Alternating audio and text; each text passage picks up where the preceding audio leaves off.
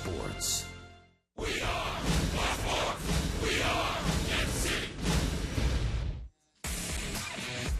Because of a broken foot, Chris Sale was not on the mound opening day. He was on the disabled list.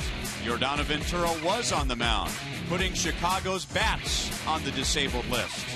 Sale is back, and now it's the Royals ace and the White Sox ace tonight.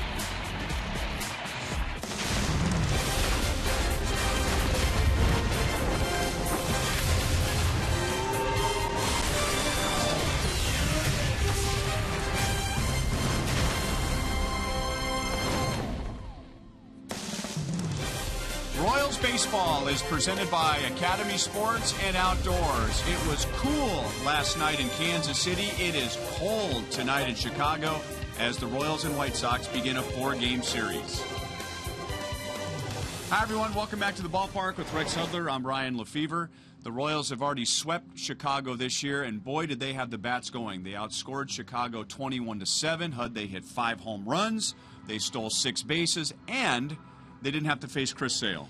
They were rolling. There's no doubt about that. And I'll tell you, there's no sympathy cards from that Royals offense sitting over to Sale because they missed him. This guy's nasty. And Yordan Ventura was nasty against the White Sox on opening day. So as far as game changers go, here you go. The T-Mobile game changers. Yordan Ventura, one of the best rookies last year. Chris Sale, just one of the best pitchers last year. Just check out those strikeouts, man. I'm going to tell you, these guys have great stuff. Now, Ventura, he's got to be able to establish that fastball. And on a cold night, you better believe he's going to have some hands stinging on the White Sox. Now, he's excellent with his secondary pitches. Follow Salvi's lead. Stay away from the cramps.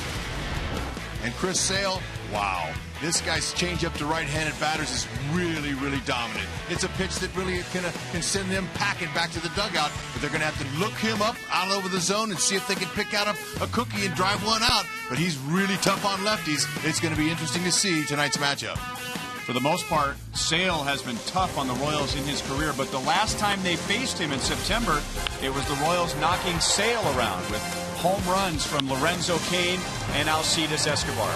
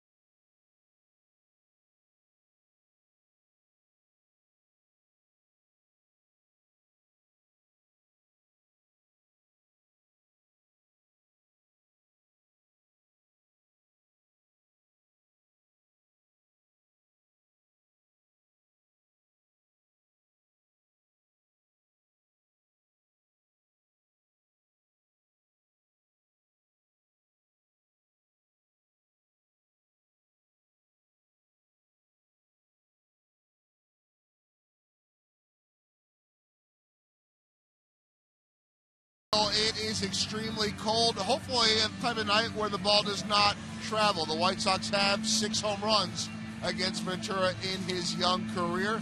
We welcome you back to U.S. Cellular Field. Joel Goldberg alongside of Royals Hall of Famer Jeff Montgomery.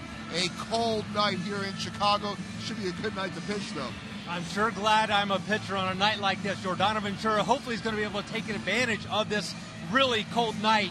Hard bat.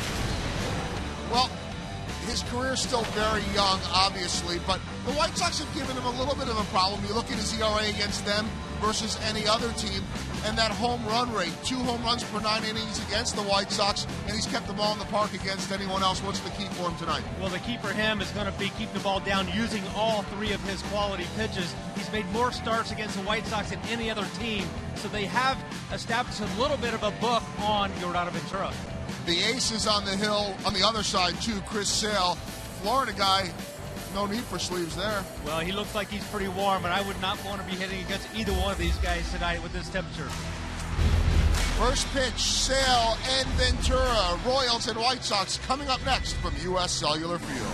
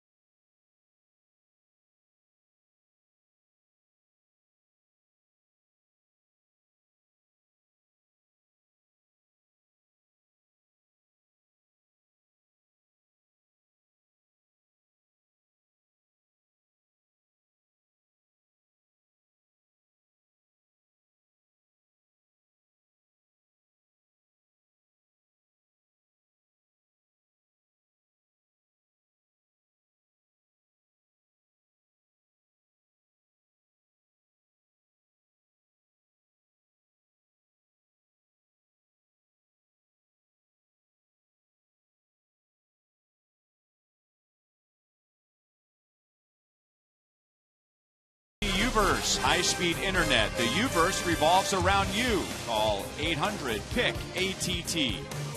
By your Kansas City Chevy dealers. Visit your Chevy dealer today for great prices on all the new 2015 vehicles. And by the Missouri Lottery, every ticket you play gives back to schools across Missouri. So play it forward with the Missouri Lottery. It will be the coldest first pitch for the Royals this year, as Ned Yost is all bundled up in the Royals dugout. This is a place where the Royals have played very well over the past 2 seasons. They have won 4 consecutive season series with the White Sox. And the Royals State Farm lineup tonight, Christian Colon still in there at second base. Ned Yost saying that Omar Infante continues to make improvement, but right now they're going to stick with Christian Colon at second base. And here is 26-year-old Chris Sale. He missed his first start with a broken foot, but since coming back, 2-0 with a 2.25 ERA. And both of them quality starts. The Royals know what they're up against. A guy who's 6'6", who goes 90 to 97 mile an hour with his fastball. He's got a 3/4 arm, sidearm type delivery. No fear, slurvy curveball, and a great changeup to righties. He'll be tough, but like any pitcher, they make mistakes, and it's up to the Royals to do their best not to miss it. First pitch is inside to Alcides Escobar, who has done well against Chris Sale. He has hit .400 against the White Sox lefty, and we showed you at the top of the show his home run the last time the Royals faced Sale, and now he drives Adam Eaton into deep right center field. So good contact for Escobar to begin the game. Here are the White Sox defensively behind Chris Sale, trying to put things together on defense. They're coming off 2 very poor defensive years. Yep, so far they've miscued 8 times this season, but we have Tyler Flowers highlighted. Now, you just saw where the Royals were successful 6 out of 6 times in that first series, but there hasn't been a base runner attempt to steal against Sale in his 2 starts. Have to change that. Strike 2, Mike Moustakas.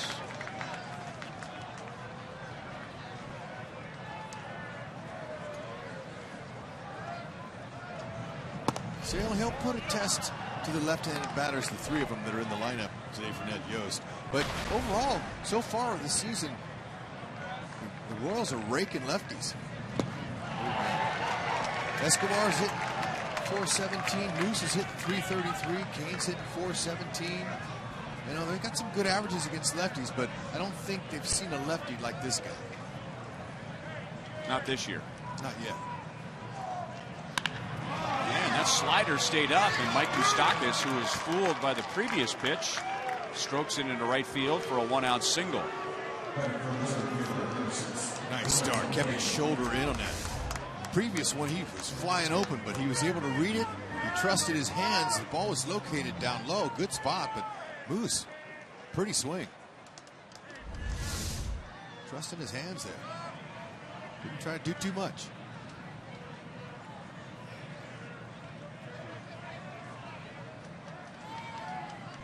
So a man on for Lorenzo Cain, who has also done well against Chris Sale. And he'll foul the first pitch away. Abreu can't quite catch up to it. 0-1.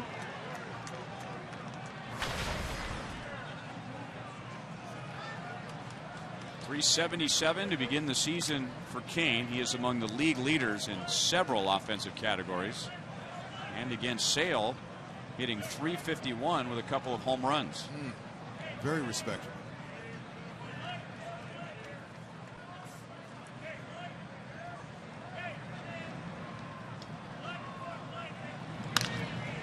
And that's up the middle and into center field. So Lorenzo Cain adds to his already impressive numbers against Sale. And the Royals have something going in the first inning after being shut out last night.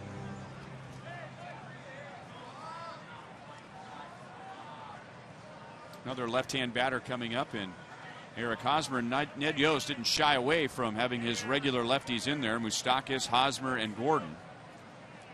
In his first 2 starts, Chris Sale only faced 1 left-hand batter, Joe Mauer. So most managers are saying leave the lefties out entirely against Sale. It's just not worth it. And in our Academy Sports and Outdoors leaderboard, you can see why. Current pitchers, current left-hand pitchers with at least 500 innings pitched, only Clayton Kershaw has been tougher on left-hand batters than Chris Sale. Again, listening to Joel's Royals High V Live pregame show, you learn something every night. Hosmer told me today that it's important to get ahead with Sale. Get him early before he gets you. So if you fall behind on this guy, you're in trouble. See if the Royals can come up with a big hit early. 279 hitters so far with runners in scoring position as a team. Haas 6 for 20 in that department.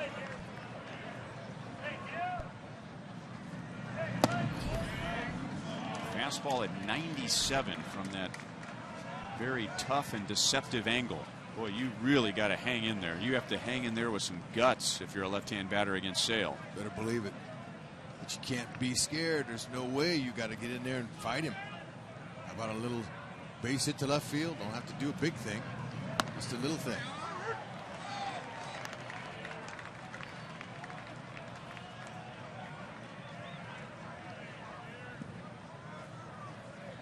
I'd mentioned 6'6", Chris Sale, but 6'6", 180. Going to say that he offered at it. Sam Holbrook is the home plate umpire who made the call.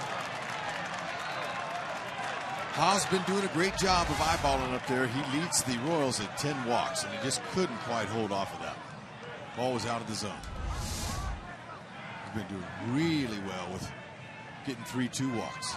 See if Sale tries another breaker on him. He missed outside, so here are the Royals with the bases loaded and one out.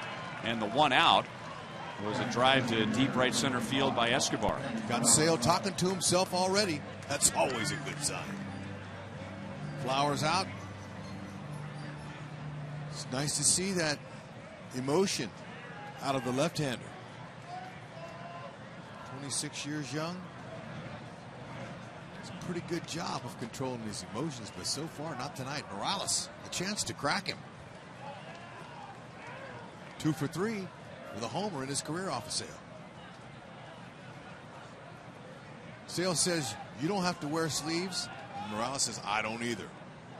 Just want to keep my neck warm. Hit well to center, and that'll drop in front of Eaton. And now the Royals are going to try and score 2, and they will as Abreu cut it off. A couple of White Sox look a bit stunned that that throw was cut off from center field. So the Royals, after being shut out last night, come up with 2 runs against Chris Sale in the first inning tonight. Ho, ho, ho. That's a beautiful thing. Morales, he's looking early for a piece of cheese. He got some down at the knees. That was cheese at the knees that he turned around. Great read by Lorenzo Cain at second base. He broke on contact.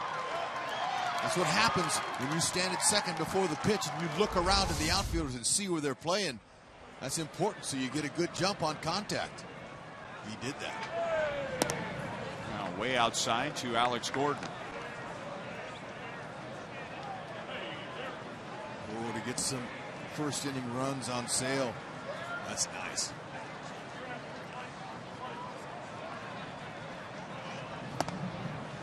When a pitcher shows his emotions like that, hitters can sense that. They can tell he's frustrated. Morales is saying, you know, he's going to throw me something straight over the plate. I'm going to get him first pitch. Good thinking.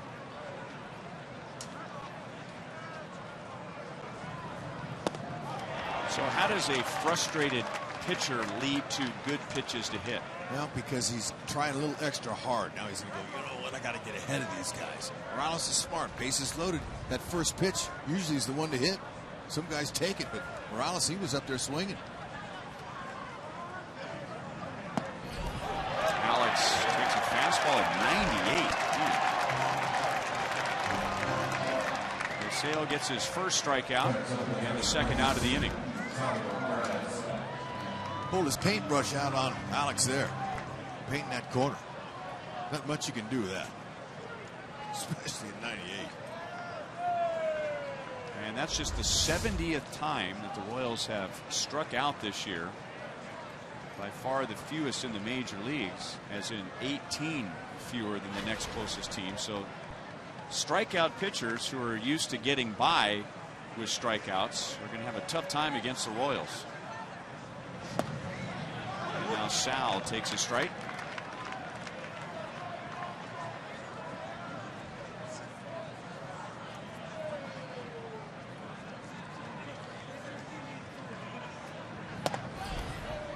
A little bit tight at 97. 1-1. That's the pitch there you don't want to get jammed on. That'll really get those hands and fingers numb when you get jammed with a pitch at that velocity. Got it in on him just enough. Adam Eaton jogs in and makes a play. So a good start for the Royals on what is supposed to be a great night to pitch. That guy, that masked man, drove in Mike Moustakas and Lorenzo Cain to give the Royals a lead.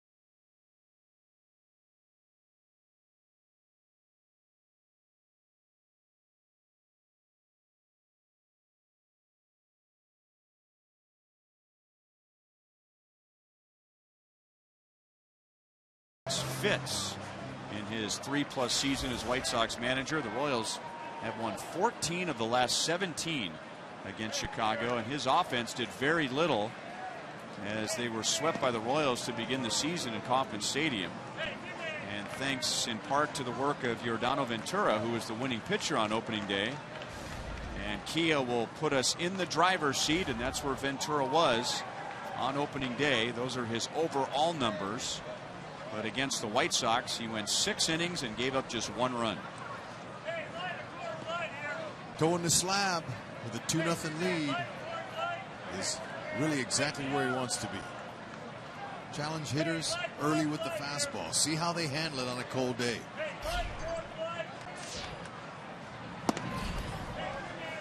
And a big key for Ventura and all the Royals pitchers in that season opening Chicago series was keeping the table setters off the bases. And Adam Eaton, who gave the Royals fits last year, was just 1 for 12.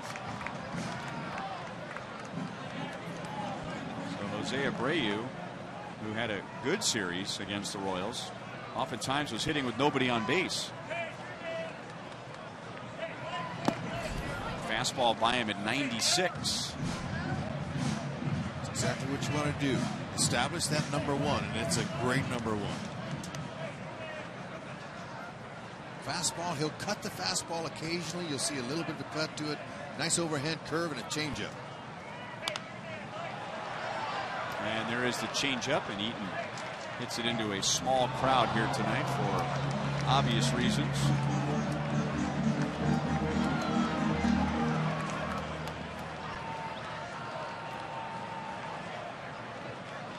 Well, my app said it was 43, but the official temperature is 50. But with that wind, I'd like to have somebody go downstairs and take a poll of the fans here tonight. Do you think it feels like 50 degrees? Not. Wind's blowing in. It was cold during batting practice a couple hours earlier. Look at the life on that fastball. 96, and to dust off an old term, 96 with some hair on it. There you go. That's exactly what that is. That's what hitters say when they walk back to the dugout. They say, hey, what's he got? He's got a hard fastball. Now, the Royals defense, sponsored by Ford. This evening we have Alex Gordon highlighted. Why not? This guy is one of the best fielders, is the best fielder defensively, period, in the American League. He's got a platinum award. Now, it's not, how do you announce that? It's Platinum glove. A platinum glove. Yep. They first started giving that award out in 2011. It's fairly new. Now Melky Cabrera is out. He was another table setter who didn't do much in the opening series, just 2 for 12. And a good start for Yordano Ventura. 2 up, 2 down. He's coming right after. This is why it's key to get the guys out ahead of this guy, because he's really strong. This guy's got tremendous pop. He's got just 1 hit off Ventura, and it was a homer.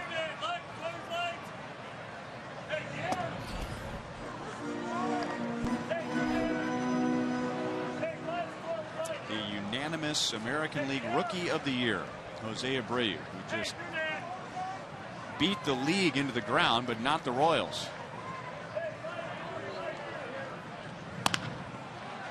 Escobar to the middle, throws from the outfield grass. So Ventura gets some defensive help right away. What an arm. Woo, that had to be 90 plus from Escobar.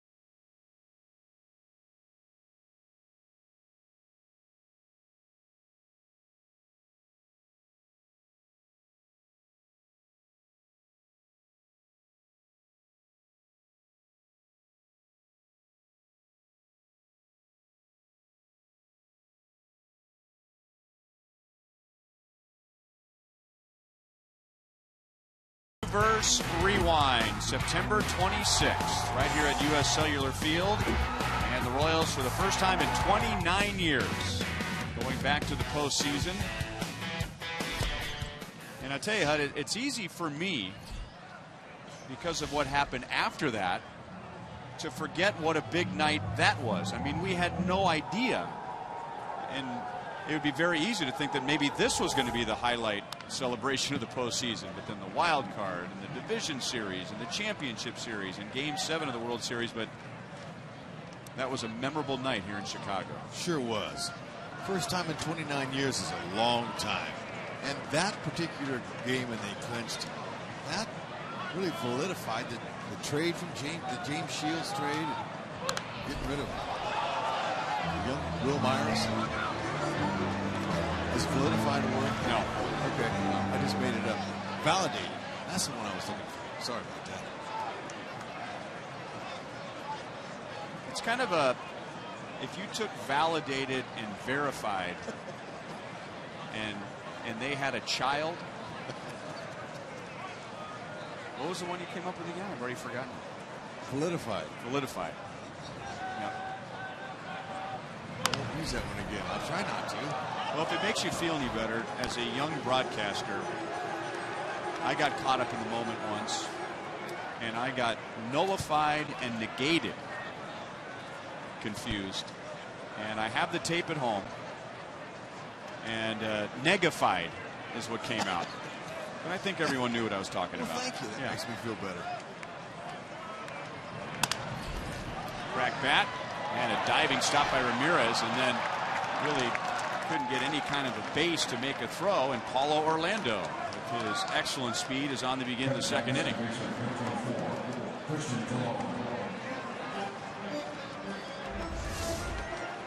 I knew it was going to be tough for Ramirez.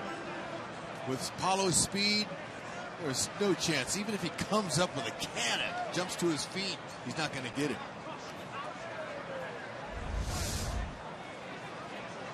Orlando keeping that ball up the middle. That's a key for him. He's getting a lot of base hits right back where it came from.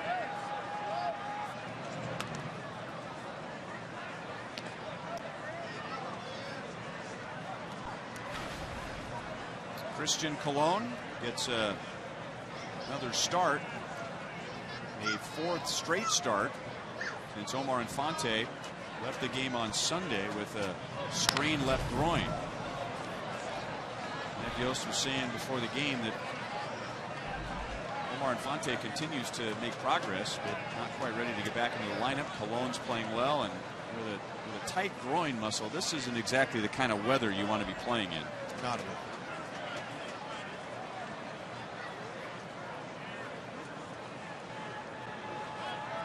Royals got two in the first inning on a Kendrys Morales single with the bases loaded, driving in Moustakas and Kane. And after Sale retired Escobar to begin the game, the next four Royals reached. 0-2 on Colon.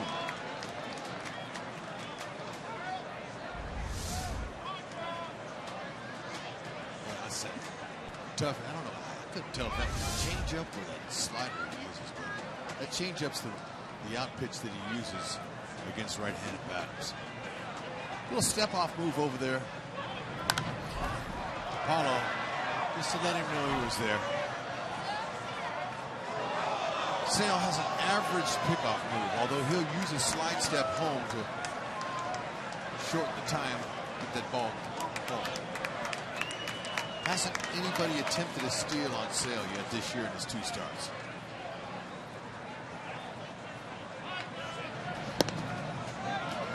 One and two.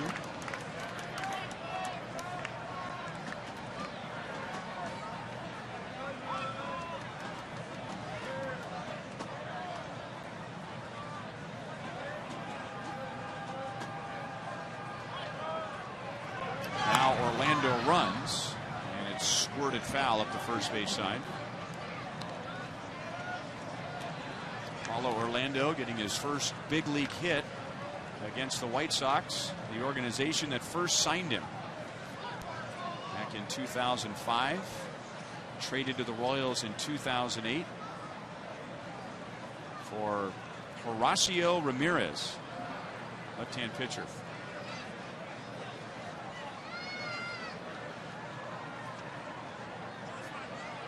And that caught Sale's attention, so he'll flip one over there to keep him close.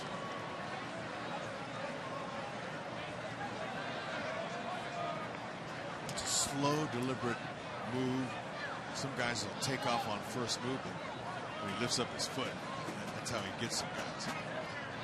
Not running. And Colon jumps back. 2 balls, 2 strikes. First time through the order, hitters need to really focus on that release point. It's coming out from the second base area, really. I mean, that's how far down his arm angle drops. Pick that release point up. You can see it. Colon having a nice at bat here. Being patient. Yeah, Steve Stone, the White Sox TV analyst, was on with Joel and Monty during Hy-Vee Royals Live and said that that's how some hitters will describe facing Chris Sale. It's like the pitches are coming from the second baseman. It's line foul up the left field line as Colon got on top of the pitch. Another 3-2 off-speed pitch. That's why he was able to Tommy-hawk that.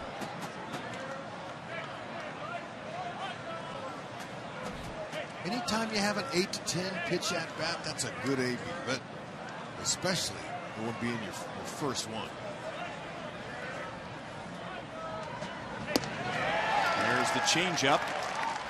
So Sale strikes out his second, but to your point, Hood, not only Colon's first at bat tonight, but his first ever at bat against Chris Sale. So there was a lot of information gathered, seeing those 9 pitches. Yeah, and that's a strike with his changeup. It tells you he's got command, and it tells the Royals that, look, I'm not going to give you a fastball on a fastball count. So it's confidence he's got with those extra pitches in secondaries.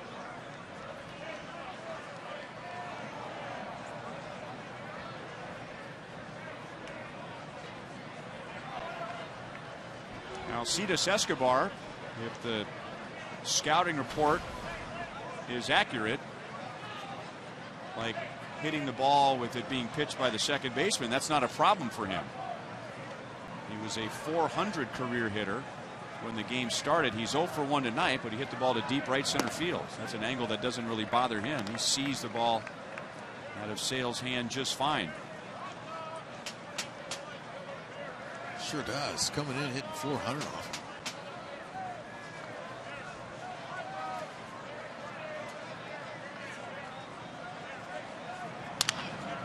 Off the end of the bat, that will sting. Out at second, and a double play. 6-4-3. Sale hits around the leadoff single. Royals lead the White Sox 2-0.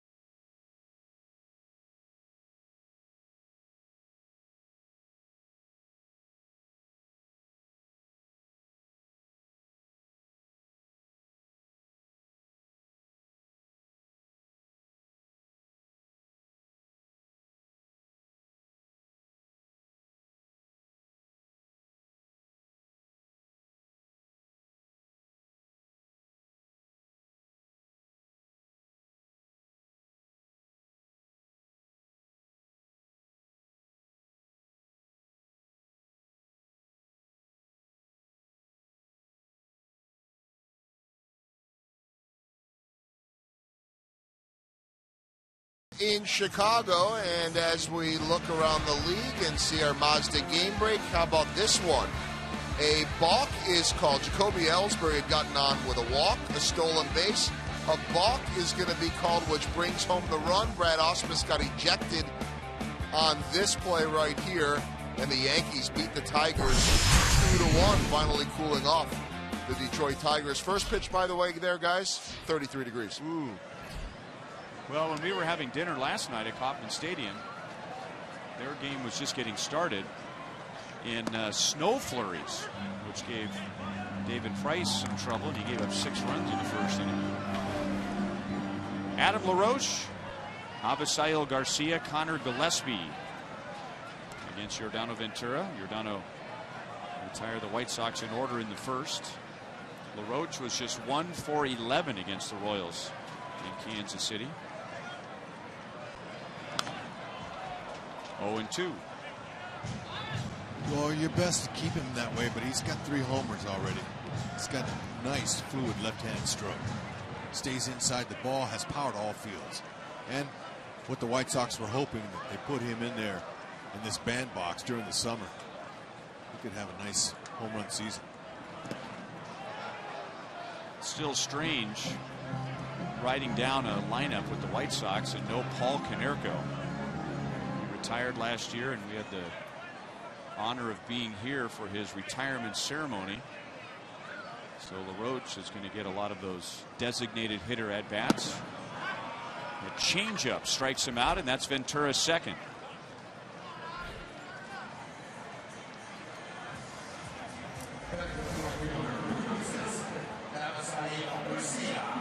Great location, especially after the hard fastball. It's almost impossible. There it is.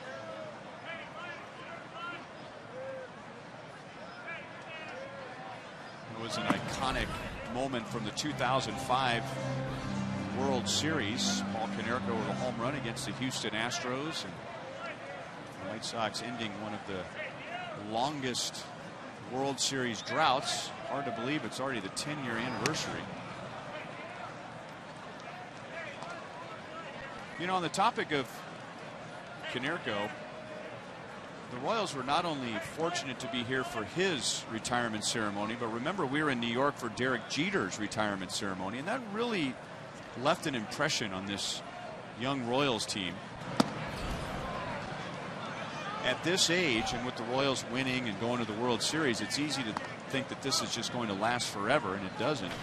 But to see 2 of the classiest individuals in the game go out and honored the way that they were, you can tell that was very meaningful. If you can kind of look down the road and, you know, how do I want to be remembered? How do I want to be viewed as a ball player when it all comes to an end? It wasn't a big slice of the pie, but it was a slice in the Royals' success last year and into the postseason. Well, you never know what the season holds and what games you're going to be fortunate enough to be in. Back-to-back strikeouts for Ventura, both on changeups, and now 2 down in the second inning. Speaking of that postseason run, fans, now you can own a piece of the 2014 postseason, as the Royals and Jostens have teamed up to provide the only officially licensed American League Championship fan collection, with AL Champions fan rings, necklaces, cufflinks, key rings, and more. As the storyteller of champions, Jostens has created the championship rings of more leagues than any other company. So get your piece today at Royals.com/fan rings.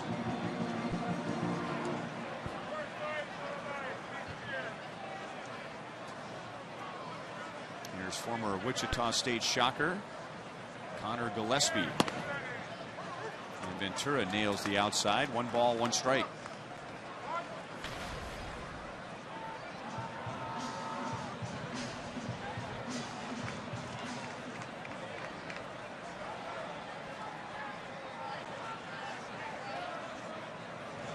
Sal wants that changeup, and Ventura is keeping it right there, out over the plate but down. You have 2 chances to hit that, slim and none. It's deception. That's what it is. It's all out of the same arm slot as that fastball. Well, he missed the target, but he gets a strikeout. Ventura has retired the first 6 with 4 strikeouts. Woo, hold that lead.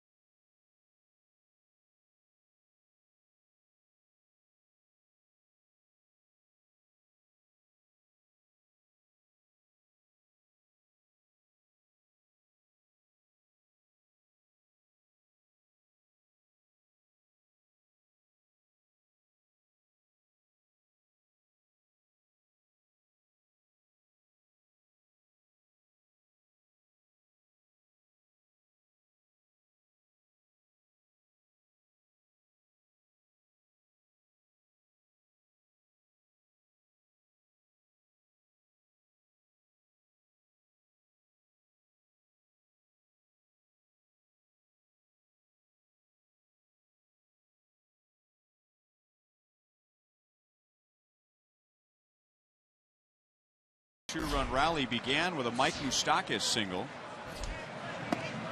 Moustakas down to the count 1-2.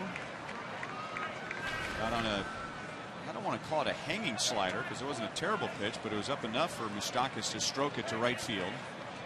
And he scored the first run. Did he offer? No. Mike Everett ruling in Moustakas' favor. Okay, now White Sox have got a little triangle defense going there on Moose. See that? Got those guys over there on that side going to pull the ball. I'm thinking it. But the other teams have been playing Moose straight up, especially the Twins. 2-2. He's as tough as anybody on left-hand batters. And boy, if you want any shot against him at all, you better look down. That's the pitch Moose hit.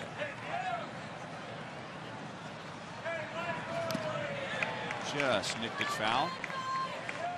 Sale's 4 years as a starter. He's limited left-hand batters to just a 185 average over 4 years. That's really good.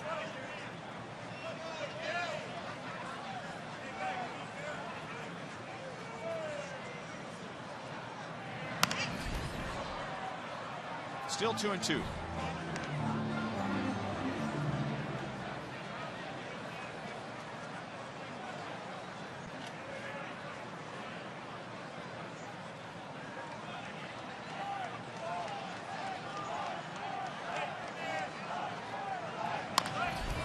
Got in on him. And it's Johnson, the second baseman, coming up to make the play and throw him out. 4-3. Score long. Take a look at tonight's University of Kansas Hospital injury report. Joe Nathan is done for the year. The dreaded torn ulnar collateral ligaments, which leads to Tommy John surgery, which he will undergo for the second time in his career. He was on the disabled list with a different injury to his elbow. And while rehabbing at AAA, left an outing early because of pain.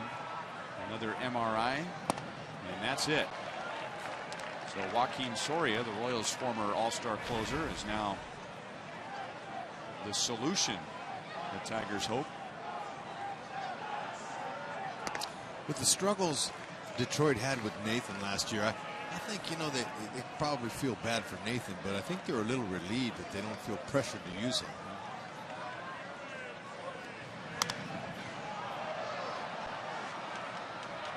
Yeah, there were a couple of times last year. I think he was on the disabled list last year, wasn't he? I think to look that up. But I want to say he had a stint. When he came back, the thinking was, well, you're not going to let him close, are you? Because he's just having such a bad year. No, they kept going back to Nathan.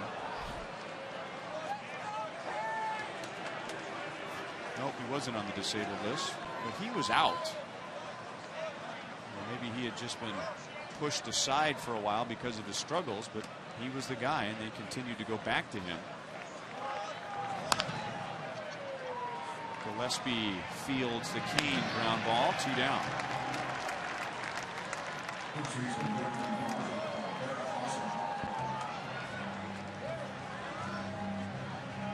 Royals with 2 runs, 4 hits against Chris Sale, and our Toyota League leaders shows that only the Royals have a team batting average of 300 or higher amongst all major league teams. And it's not just singles. Royals also lead the league in slugging percentage. Get in there. Well placed, and an athletic play by Johnson to get to the ball, but no chance to throw out Eric Hosmer. He walked in the first inning and now on with an infield single in the third. Yeah, Brian, back to your comment. I mean, 303 average that leads all of baseball. That's impressive. But to me, as aggressive as we've seen these Royals play and swing the bats, I think the 368 on base percentage is what impresses me most. Guys are getting on. They're taking their walks. Tells me they're maturing as hitters. Growing up.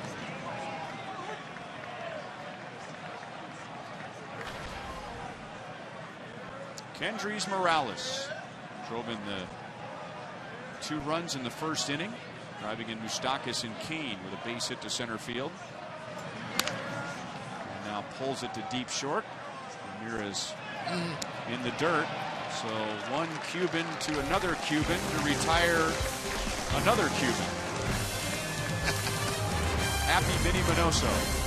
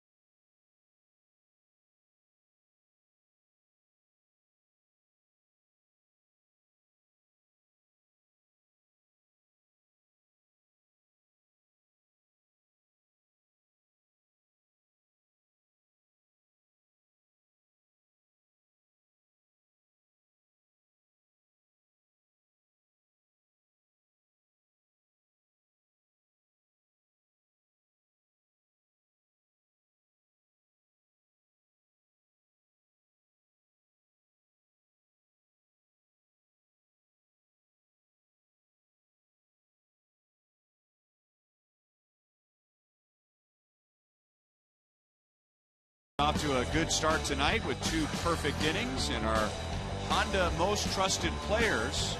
Royals pitching at U.S. Cellular Field.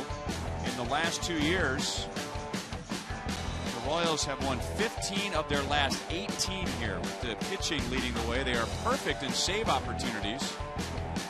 2.11 earned run average against a team that normally hits well in this ballpark.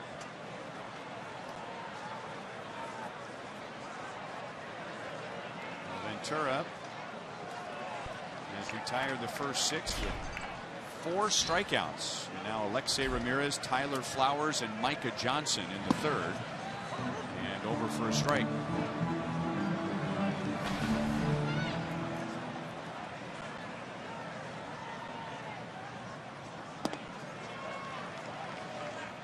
One and one. That's how you do it. You want to be dominant against the teams in your own division. But last season, the Royals, they had to play catch-up in their division to just have a winning record. I think what they were just 2 or 3 games over 500 against the Central. They were down a lot. Cleveland had their number. Tigers were beating them. They definitely have had the White Sox number.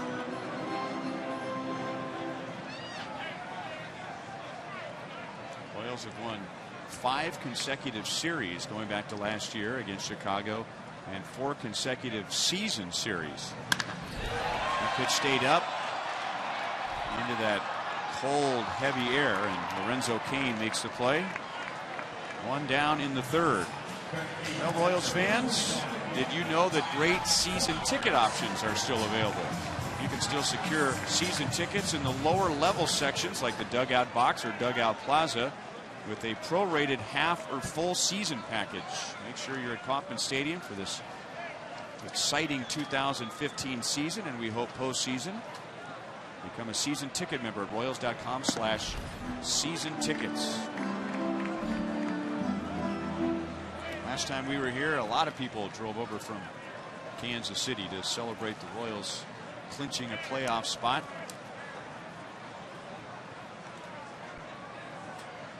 By the end of the game, there were more Royals fans and White Sox fans here. That looked like a swing, and Tim Timmons says yes, and it's 0-2 on Tyler Flowers. Salvi extremely animated to Ventura there, wanting that ball exactly where he wanted, down in the dirt.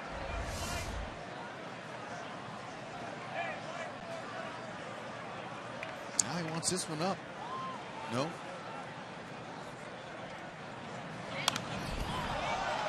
And that's fouled away. Let's bring in Jeff Montgomery. And Monty, you and I remember many dreadful series and dreadful nights for Royals pitchers in this ballpark. Yeah, we do. We do remember a lot of those, and I think a lot of that has to do with the fact that this has always been a team that was able to hit the long ball. They're known for their power, and the success the Royals have had against them, I think, really kind of played that in their favor because power arms, and you have those big swingers like the Adam Dunns and the Paul Konerkos. Royals have been very successful against big, free swingers like that.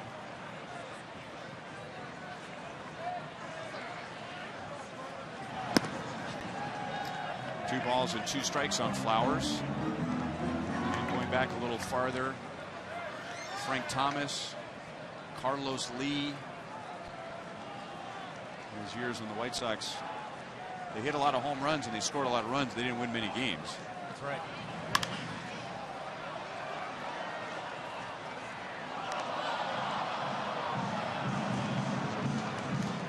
Flowers putting up a pretty good battle here, fouled a few pitches. He's 2 for 6 with a homer in his career off of Ventura. Dead fastball hitter. Not that time. And dead after that fastball. 5 strikeouts for Ventura against the first 8 batters he's faced. Is that what dead fastball means? That's believing. Yeah, he has got to go. Now, Ramirez, leadoff hitter in this inning, is the only White Sox to hit the ball hard, and that's because it was an elevated fastball. First really mistake, and Lorenzo Cain was able to run it down.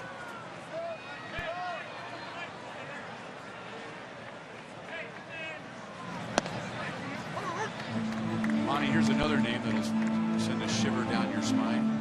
Chicago White Sox, Maglio Ordonez. Yeah, we saw him come up as a young player, and gosh, he was a guy that seemed to find a way to do it every night against the Royals. He was not only here in Chicago, but when he went to Detroit as well.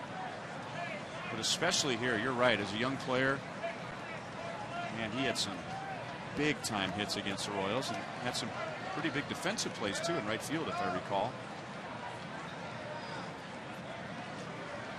Micah Johnson. We were talking about him, Hud, during the season opening series. Exciting young player. Good defensive player. Excellent speed and a race to the base. And Ventura goes down. Johnson goes down. Johnson is back on his feet. Ventura is still in a seated position. You wonder if he didn't roll his ankle.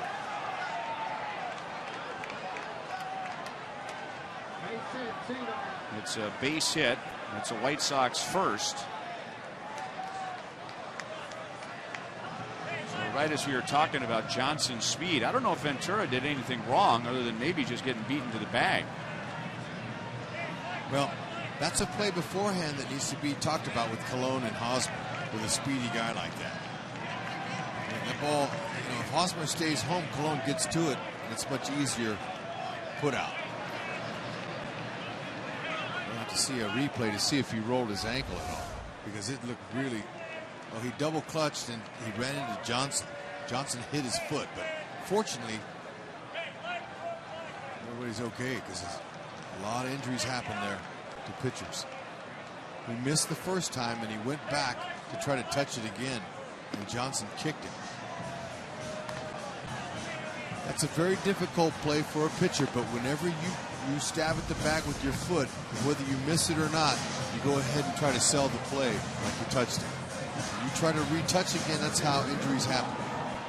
He'll learn that. He's got a lot of maturity to go as far as the game and also emotional, but you're seeing a sample of what he can do with his arm.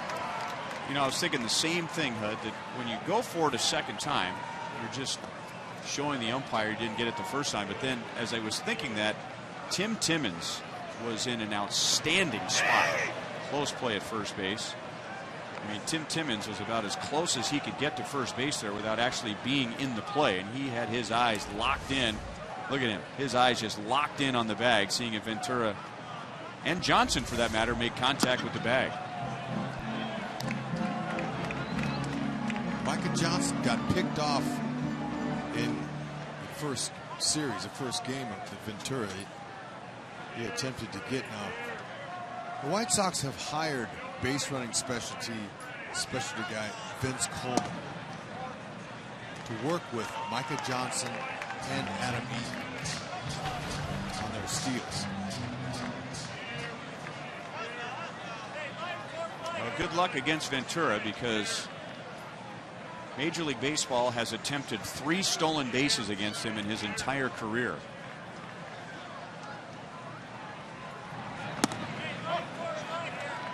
And now 3-0 on Eaton. Here's Vince Coleman, stole over 800 bases in his career. He was telling me before the game that his job is to make Eaton and Micah Johnson more mentally tough. He says, you know, you have to be cocky. You have to get out there. So what if the guy has a good move? You have to be able to be aggressive from a mentality. You got to be mentally strong and ready to go. Well, Ventura retired the first 8 and now gives up an infield single and a walk. And Chicago has 2 on for Melky Cabrera. I think Sal might be just asking Ventura if he's all right. Foot or ankle bothering him that's keeping him from throwing strikes. Hope you'll join us for our annual school day at Kauffman Stadium, hosted by the Fox 4 weather team. Students and teachers alike will have a blast learning about Kansas City weather while catching the Royals in action. This year's event will begin prior to the game on Thursday, May 7th, with the presentation starting at 10 a.m.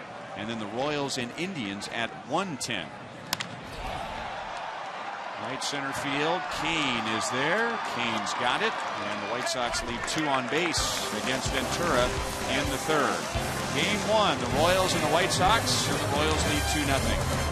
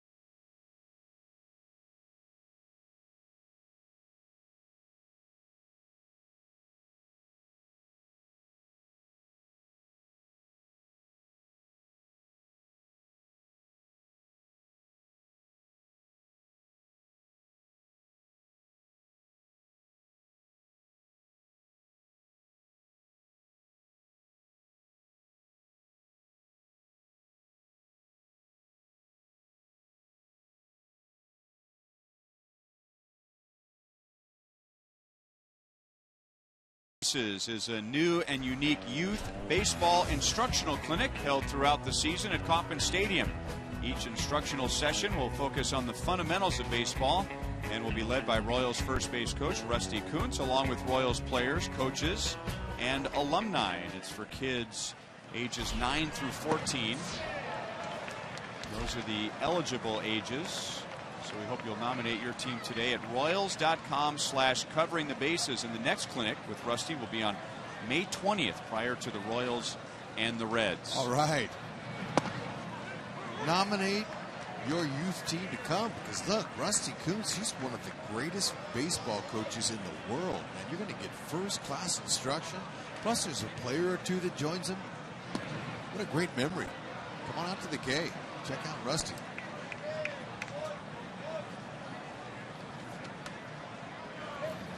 There's no telling over the course of the year what players they'll get. I heard a rumor that it's possible that Willie Wilson and Lorenzo Cain will put on an instruction out there with Rusty Kuntz. You're kind of a rumor type of a guy, aren't you? Kind of. They really don't. But, you know, when I hear stuff like that with those great players, one former player that was great at... Oh, man, watch out, Sale. And if you want to know how dangerous that bat can be, Micah Johnson came in and he had to pull the sharp edge of the bat out of the grass, which is much better than pulling that part of the bat out of Chris Sale's arm or back. Ball went foul. A lawn dart. Yeah, look at the explosion. Oof.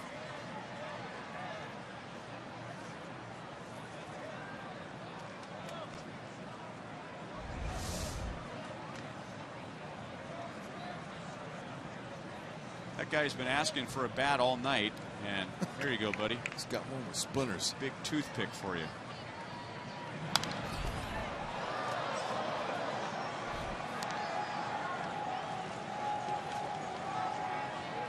And we showed you that Chris Sale really likes to pitch down to left-hand batters. Is it just me, or is Alex a little hunched down at the plate, a little lower than normal? Fall in it for him. Garcia, he trapped it. That's it. So Alex is on to begin the fourth inning.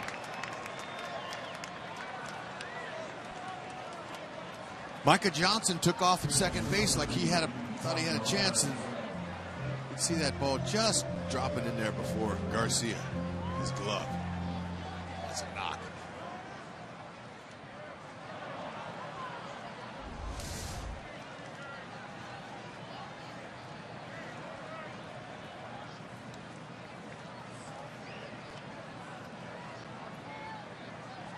Six hits for the Royals now in 3+ innings against Sale. Sal, good swing. Right on an 87-mile-an-hour pitch. That's not where Sale wanted that. Sal flied to center first time up.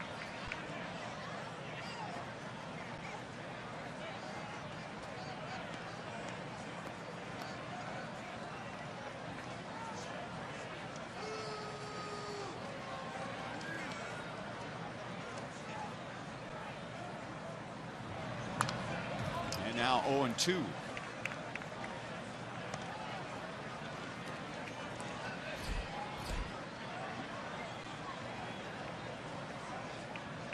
Sale in 2010 was drafted in the first round by the White Sox. He made 11 minor league appearances, and they called him up the same year, right in the middle of a pennant race.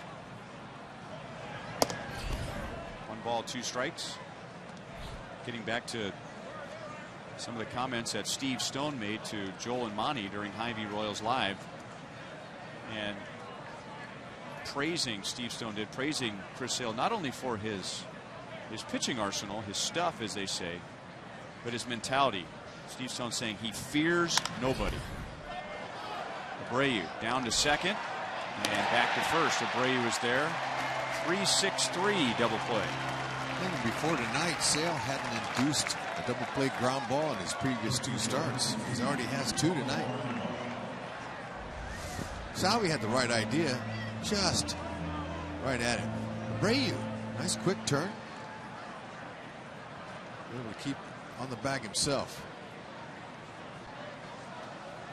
Didn't let the runner affect his throw at all.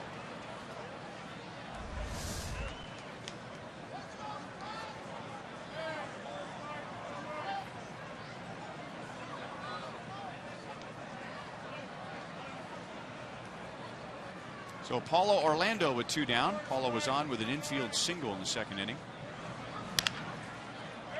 On to Ramirez. And that's the inning. Leadoff single. White Sox get their second double play.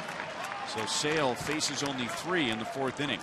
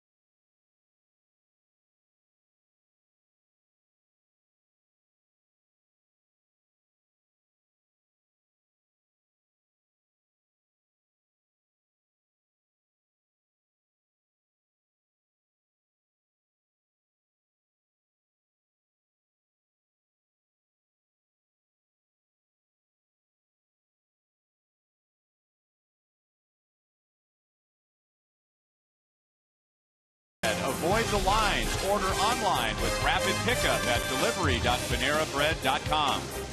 By Menards. Save big money at Menards on all your home improvement needs. And by Dodge. Born Dodge.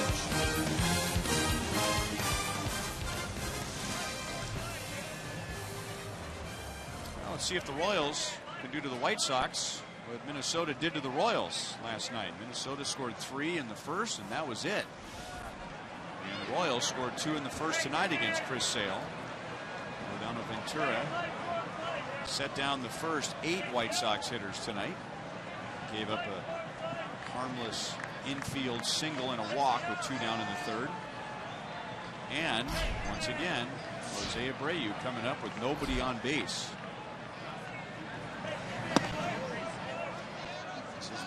If you have to face Abreu, this is where you want to face him with nobody on. He could hit one to Wrigley from here and it'd only be a 1-run game. Without a doubt.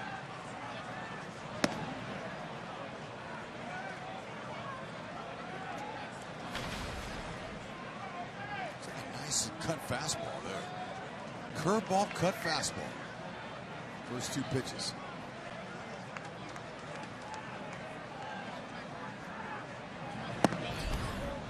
.97 inside, 2 balls, 1 strike. Great spot to miss.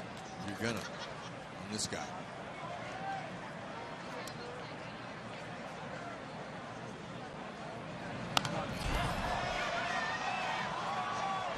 Two and 2. Mentioned this the first time he hit. The Royals have really pitched him well. Let's put this into perspective. Jose Abreu has hit .234 against the Royals. Everybody else, he hits .324. Still 2 and 2. He hit 1 home run against the Royals last year, and it came here in September. And the White Sox were way out of it. hit on the arm.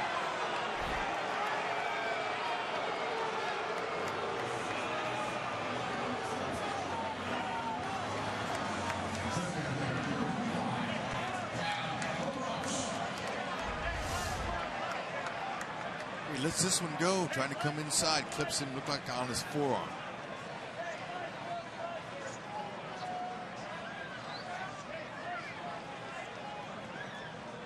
That's how you take your base there.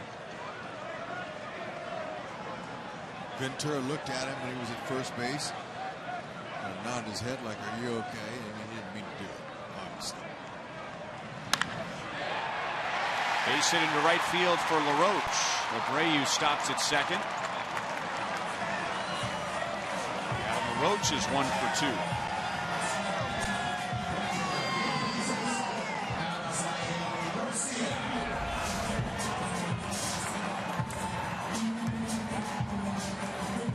Changeup sitting out on the outer half of the plate, but it was elevated enough for him to get the barrel on.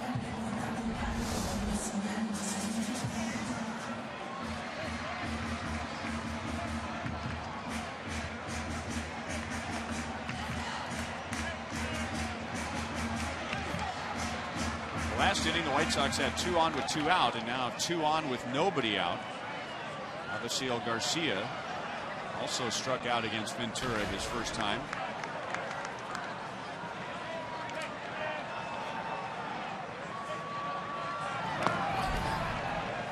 And with that strikeout, that makes him 0 for 10 against Yordano Ventura.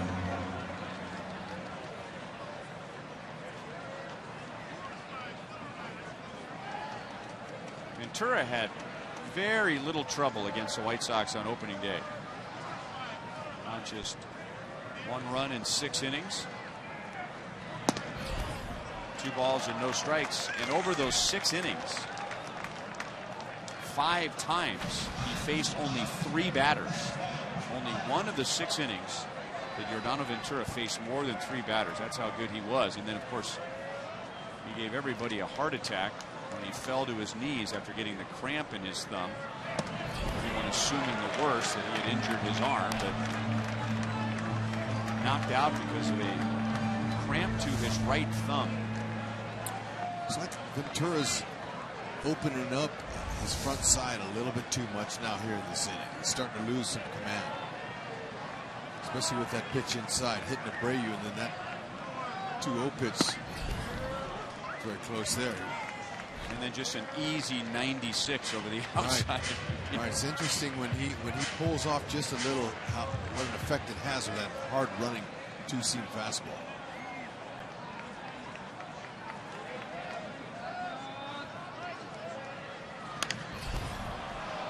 Was it hit hard enough?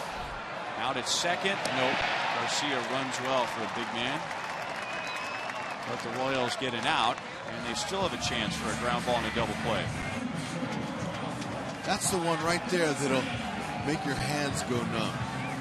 That inside jam shot doesn't break the bat. A lot of friction on them hands on a cold night like this. Just didn't hit it hard enough. Nice turn by Colon. Second baseman, on a ball hit that slowly, you want to go out and get it towards the shortstop. Cuts down the time to turn it. It's a good try. Connor Gillespie struck out on a fastball in the second inning. Batting with Abreu at third and Garcia at first. Fastball, man, nothing straight about it tonight. 97 was some late tailing action. Yep. It's tough to track as a hitter.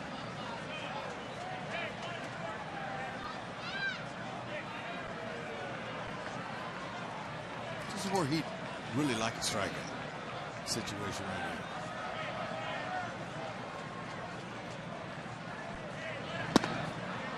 And then off speed, and it's 0-2. And if he's hoping for a ground ball double play, Ventura has received 3 this year from his defense.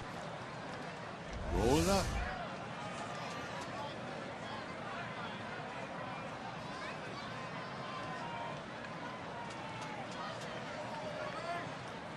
Sal wants a fastball in. He got a fastball in.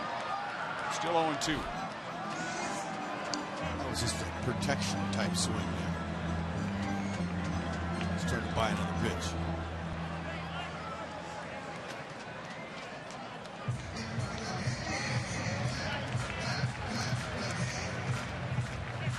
While they chat, we remind you on Thursdays, it's Gordo Nation for only $30. You get this limited edition Charlie Hustle brand t-shirt with a seat near Alex in left field. Plus the first 100 Gordo Nation ticket holders will receive an Alex Gordon big head. And the next one is a week from tonight with the Royals and the Tigers to begin a 4-game series. Royals.com/special events.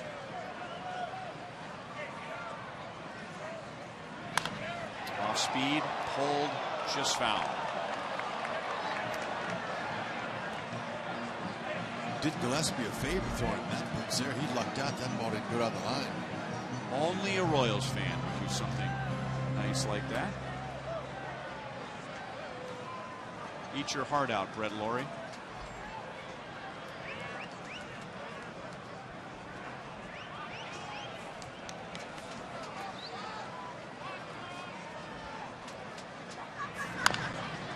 Hosmer, realizing there's only one out, he's going to get Abreu in a rundown. And Abreu now a chance for another out, but it's a tough play for a left-hand thrower going to that full pivot. That's a nice decision by the Gold Glove. Didn't have a chance to get a double play on that. So he saw the runner, close game. It's going to be a low-scoring game, most likely. Haas said, I'm going to get this runner here. I'm going to get Abreu. He's coming home. Run him down. That's the best thing. Run him as far back as you can. And then it's late. Garcia, he almost made the wrong decision. Hosmer almost was able to double him up the hard way.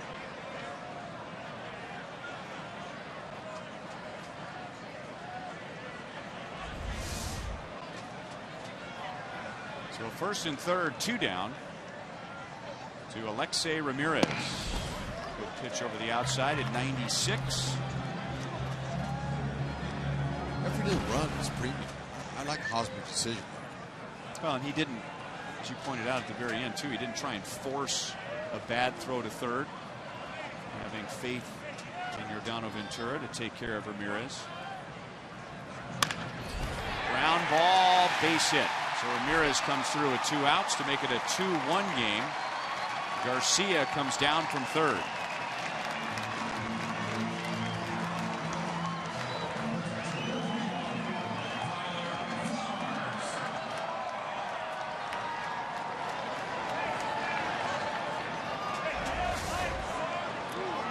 Ramirez is looking for that fastball. He got it on the outer half. He hit the ball hard his first time up on the line to Kane in center.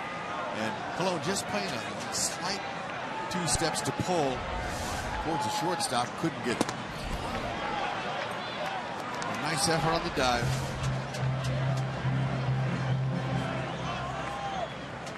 That's what you want to do. Pitchers like to see infielders getting dirty.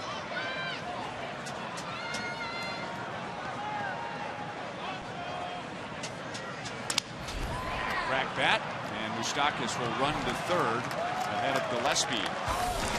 White Sox break through for the first time against Ventura. It is 2-1 at the end of 4.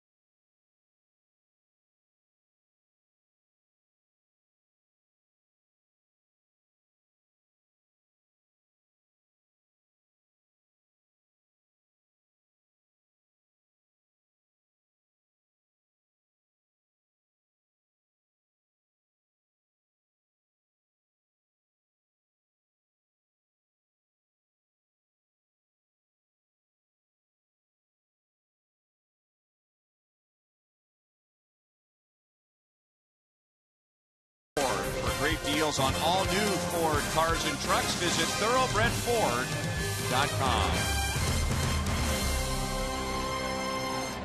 Beautiful Chicago, Illinois. The Royals will be here 4 times this year. Their 3 regular trips to play the White Sox, and with interleague play, the Royals will be here in May, the end of May, to play the Cubs. Yeah, it'll be fun. Last weekend, I know a lot of Royals fans are already planning that one. I would imagine the tickets got to be sold out for that weekend. Christian Colon, strikeout victim of Sale in the 2nd inning. He'll be followed by Alcides Escobar and Mike Moustakas. And Sale gets the borderline call, and it's 0-2. Sale had good luck with his changeup on Colon last time up, and now that's all he's throwing.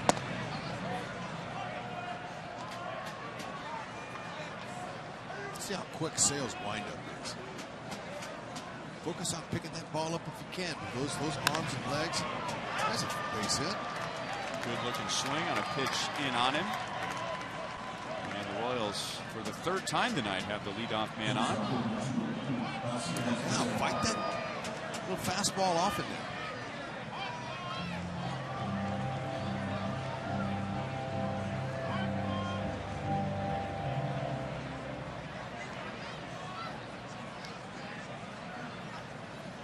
See if they can get Sale talking to himself again.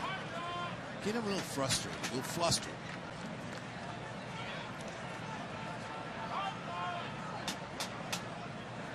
That's it. That's what you call an average left-handed move there. Got a step-off move. You know, he'll show he doesn't really have the snap throw like Duffy has, but he helps the catcher with a slide step occasionally.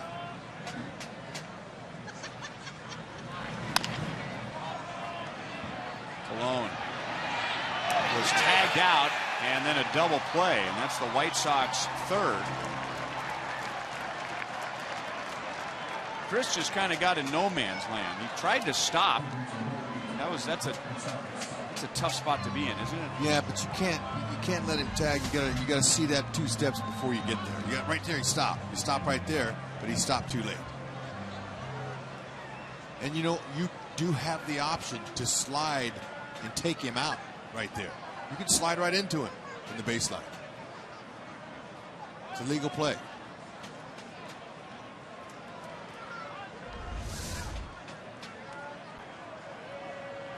Mike Moustakas with 2 down, nobody on. Let's go to Joel. I think it's really interesting. The Royals leading the American League in on-base percentage at .368 coming into this game. So you think, oh, they're getting more walks. Well, through 15 games this season compared to last year, they actually have 1 less walk than they did last season, even though their on-base percentage was significantly lower through 15 games last year. You compare the numbers through 15. So what's the difference? Yes, more hits. We know about all those hit by pitches, but talking to Dale Swaim, and he said that these guys are really looking for their pitch now. And when they get to 3-1, 3-2, they are looking for their pitch, not chasing, which they did in the past, and looking for a ball up. It's pretty simple, right? Ground ball, 4 infielders add the pitcher 5, tougher to get through. Balls elevated, 3 outfielders. They are hunting balls that are up, and that's what's paying off with the hits, getting on base more often. Oh, Moustakas is hit.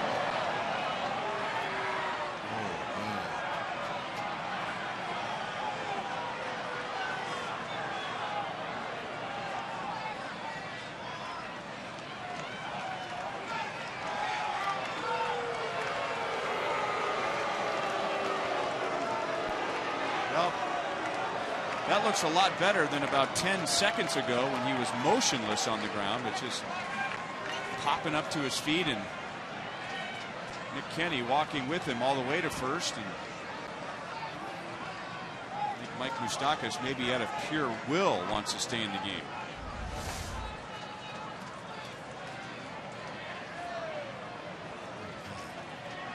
Clipped right off his shoulders. Might have caught some of his chin.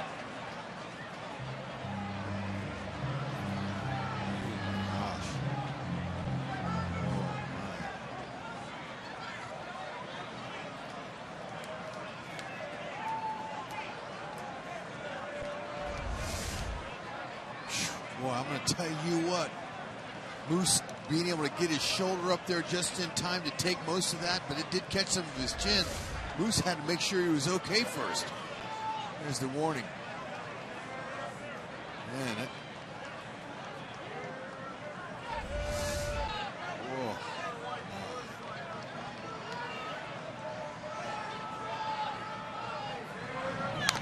Now, I'm just saying,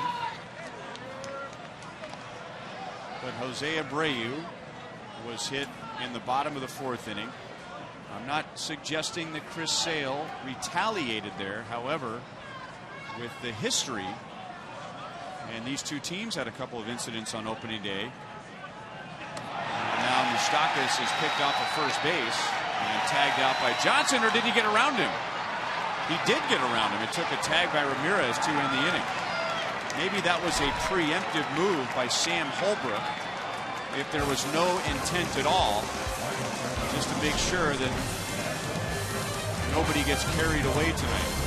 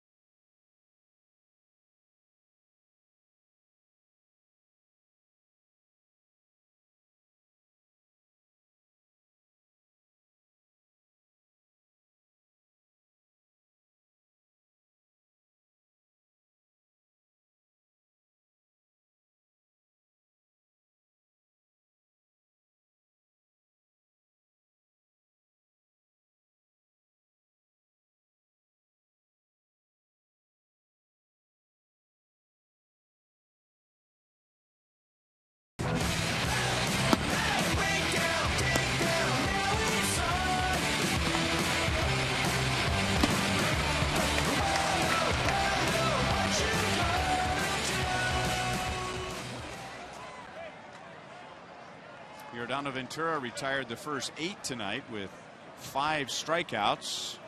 White Sox got a run in the bottom of the 4th inning. Maybe it could have proceeded without saying, but I would assume that Salvador Perez went out there and had a little chat with Yordano Ventura. And you may have caught, after the Ventura highlights, that Mike Moustakas was also on the mound as Ventura was getting ready for the bottom of the 5th inning.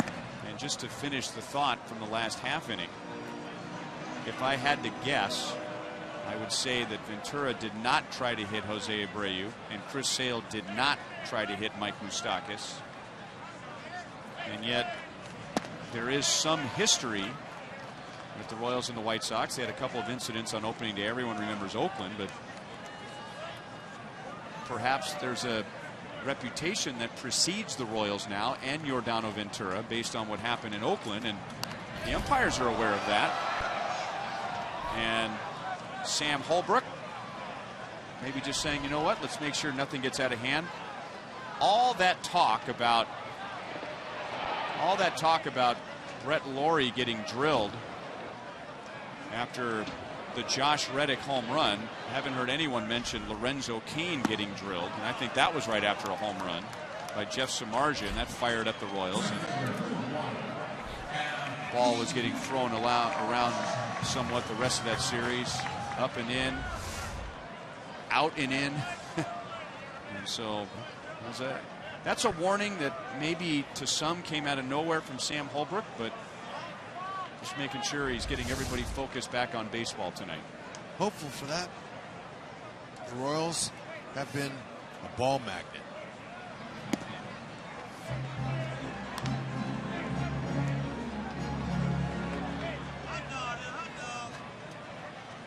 Speed guys, the bottom and at the top. Johnson, and now Eaton. Nice changeup.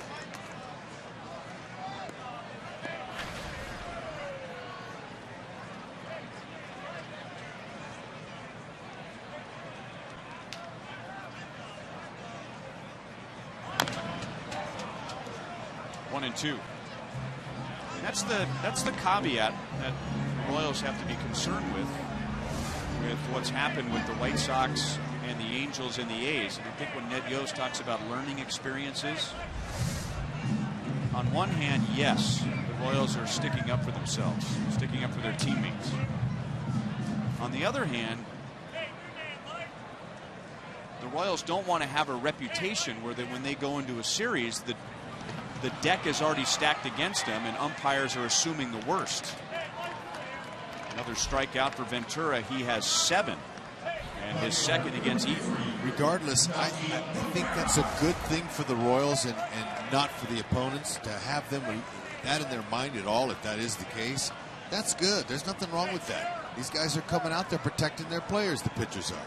And so, look, this develops a good relationship with the pitching staff and the Royals hitters. So I don't see anything wrong. Well, we agree on that point, but my point is with the umpires, though. Right, Yordano Ventura is going to drill somebody this year, and he's not going to mean to drill him because he just pitches inside. He pitches aggressively. And I think Salvador Perez, Dave Island, Ned Yost want to make sure that, that he has to be careful in that if that happens next time, that an umpire doesn't assume the worst and throw him out because he has a reputation. Yeah, I get your point. What do you think, Joel?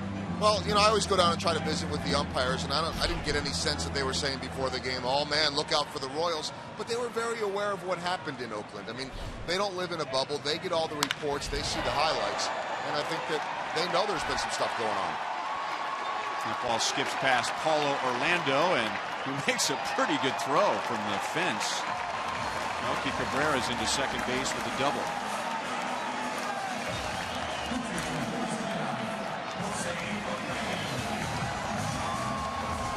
This throw was made flat-footed. And he tried to cut it off. Watch him. He just picks it up and wings it. He got a little crow hop in there. But it happened so fast. Perfect throw. But this real nice shuffle on his crow hop there, getting his feet underneath him, coming over the top with that ball right on the sliding side of the bag. That's hit well to center. Kane gets turned around, and it's off the wall. The White Sox have tied the game as Jose Abreu, with 2 down, gets the White Sox second consecutive double.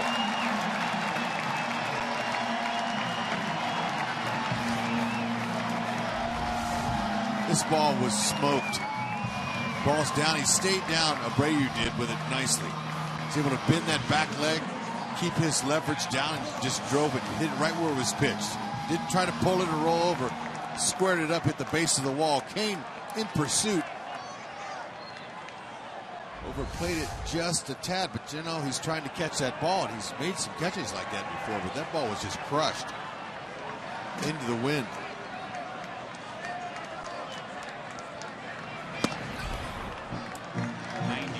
Miles an hour by Adam LaRoche. He is singled and struck out in his first 2 at-bats against Ventura. That's the kind of damage that Abreu can do. That's why you want nobody on if you can help it.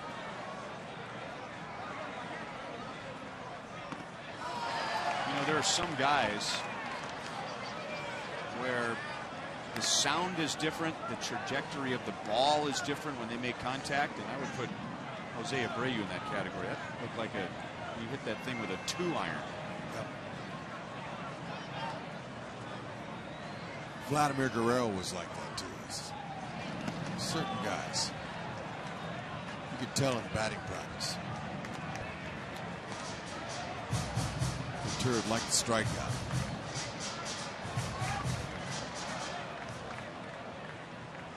LaRoche leads his team in strikeouts this year so far. He's got 22, counting the one tonight. 2 balls, 2 strikes.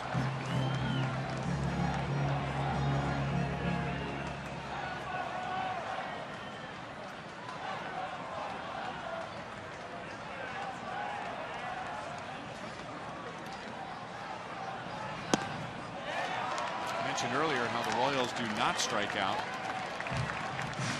You said LaRoche has 22 to lead the White Sox. Kendrys Morales leads the Royals with 10.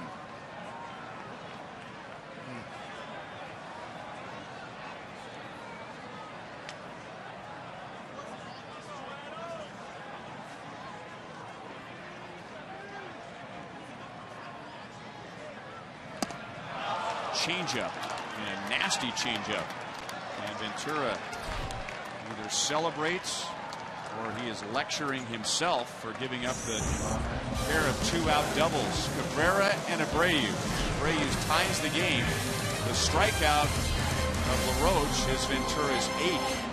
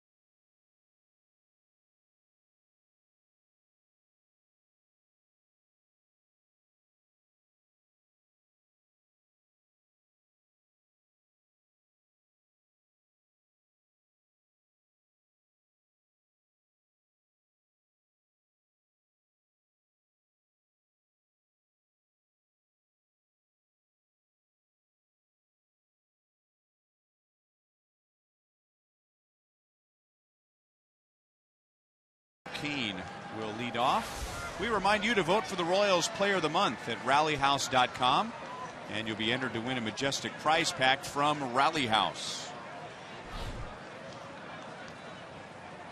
Lorenzo Cain, Eric Hosmer, Kendrys Morales, and if anybody gets on, Alex Gordon. This is our Sonic Slam inning.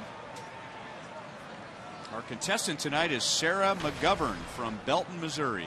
If the Royals hit a home run in this inning, Sarah wins $1,200. If the Royals hit a grand slam out of the park, then Sarah wins $25,000 from Sonic and the Kansas City Royals.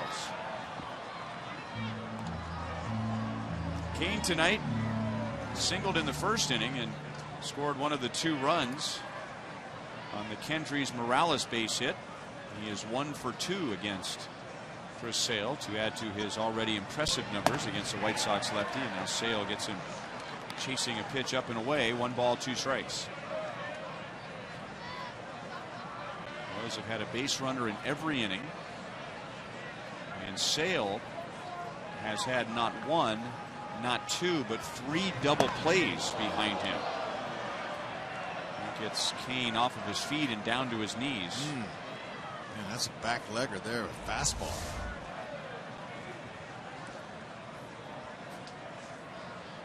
Sale's got him moving his feet.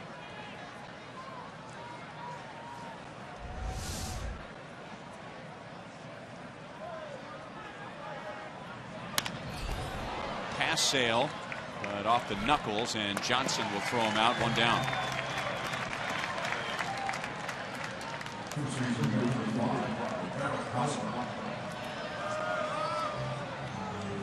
Sale staying hard fastballs on Kane.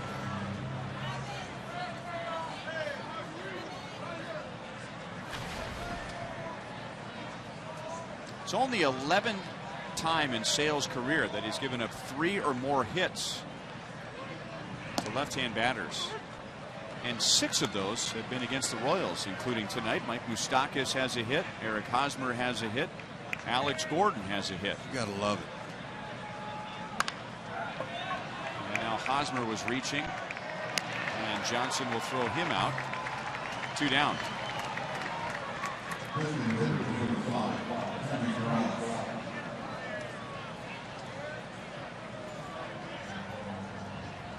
And now Kendrys Morales with 2 outs and nobody on. In the first inning, he came on with the bases loaded and 1 out.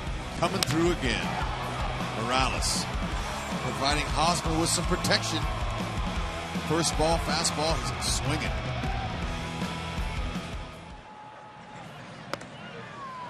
I have to say, that is an odd look. Short sleeves, but bundled up around the neck and above the ears. Yeah.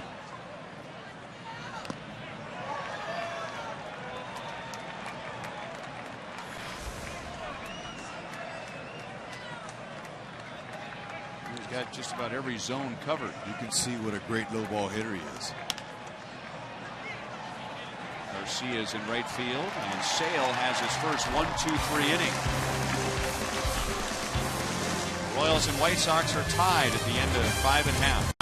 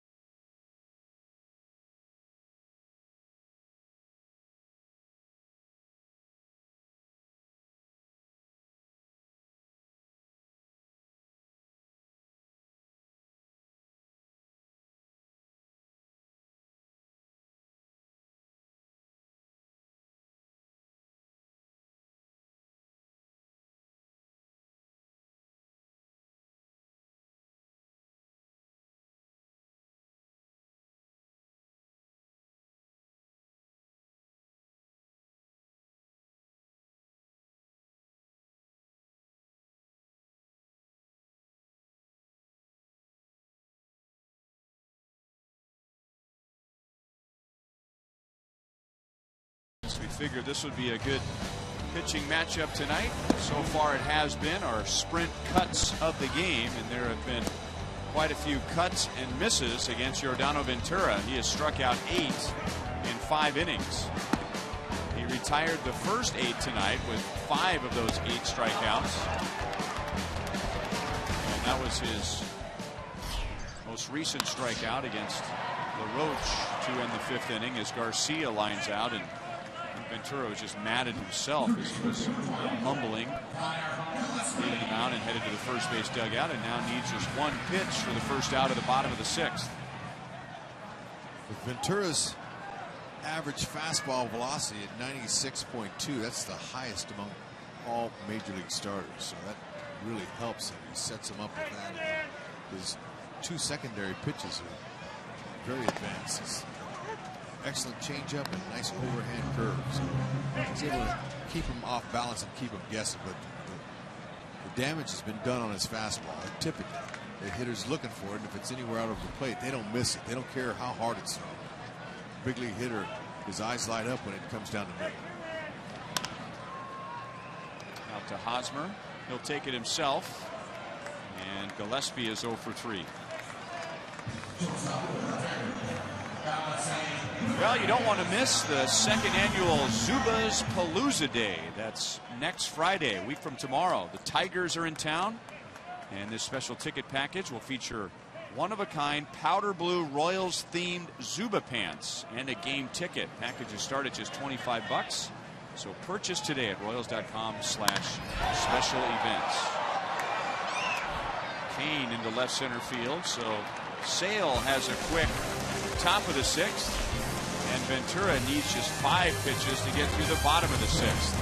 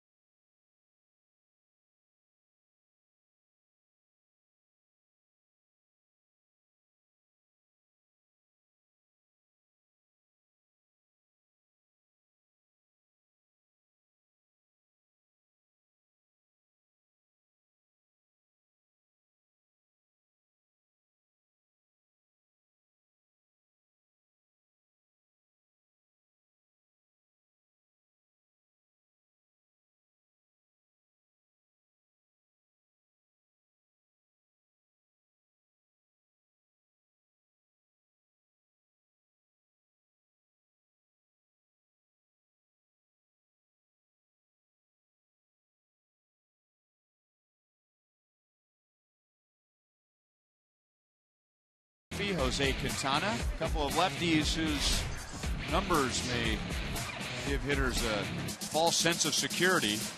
Danny Duffy at 5.51 with his ERA. Jose Quintana 8.40. So that'll be game 2 tomorrow night. Game 3 Saturday afternoon. And the final game Sunday afternoon. The Royals then head to Cleveland.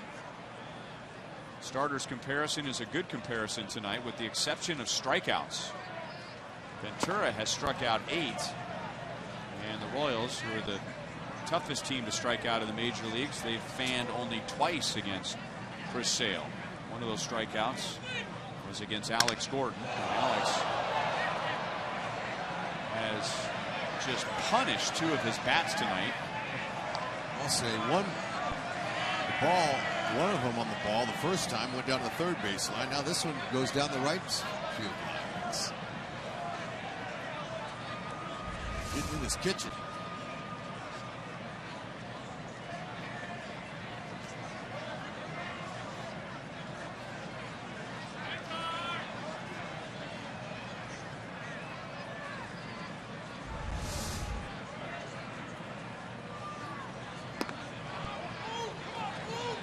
Two and one.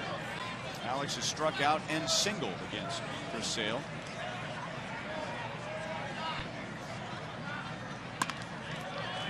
Johnson dives, throws, and Abreu couldn't help him. That's what we were talking about right there, Hud. That is a base hit for Alex.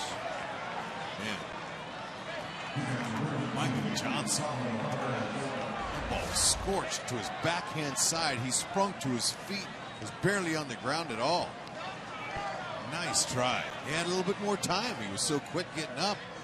He could have taken his time and made a more accurate throw. Good for Alex. Got him a knockout. I tell you what, adding a good degree of difficulty to that play. He's diving. He's leaving his feet, so he's going down. But then he had to reach up. So his body was going in one direction, but then he had to reach up. Yep, it's about body control for sure, but he had a little bit more time. Especially as hard as the ball was hit, as quickly as he got to his feet. Nice try. And now Salvador Perez out into left field. That's his first hit tonight. 2 on, nobody out for the Royals.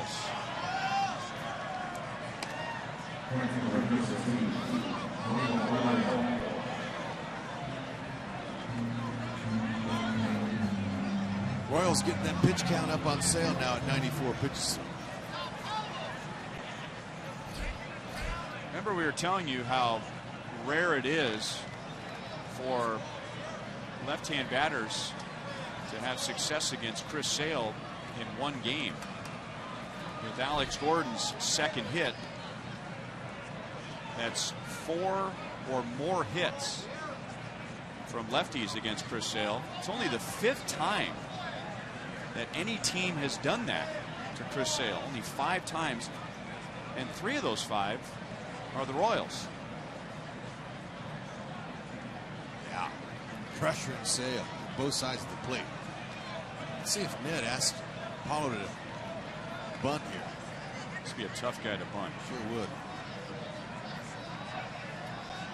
Orlando did not tip his hand. That's exactly why Sale did that. A little spin around move to see if Paulo was going to tip his hand, but he's going to square around him.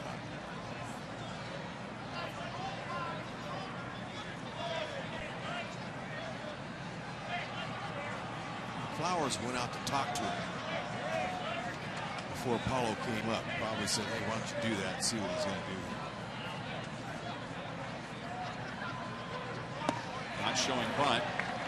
And a nasty pitch down and in, 0-1. We'll see if the play changes. Mike Jershely rolls through the signs. All eyes on him.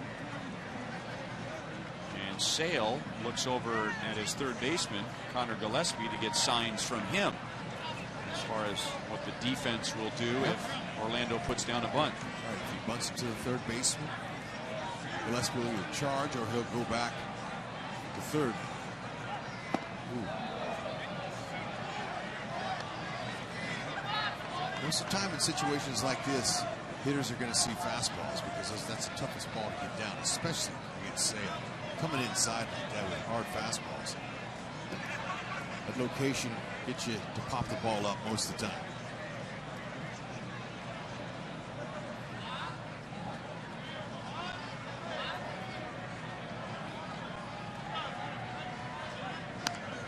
Running in the air, and Sale makes the play.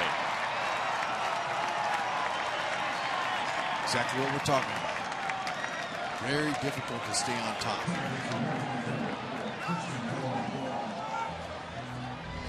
There's a break. Oh, it was on the outer half and up.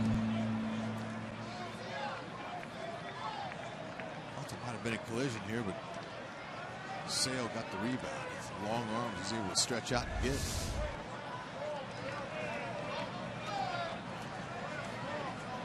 Jose Abreu will be fined by the White Sox and Major League Baseball for allowing a pitcher to catch a pop-up.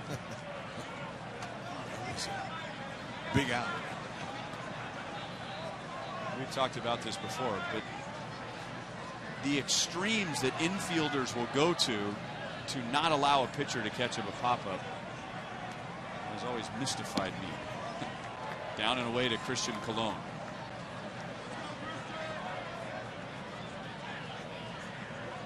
See if Christian can come through again here.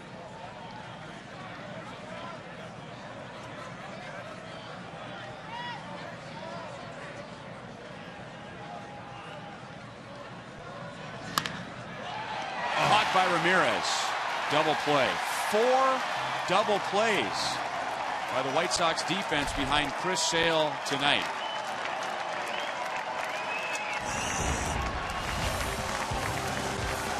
Rats. Nice stroke. Buzzer.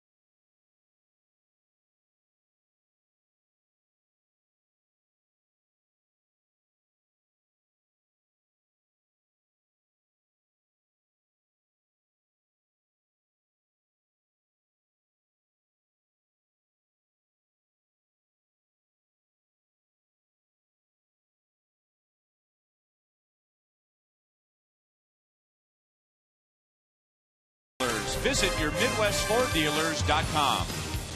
And by Academy Sports and Outdoors. Right stuff, low price, every day.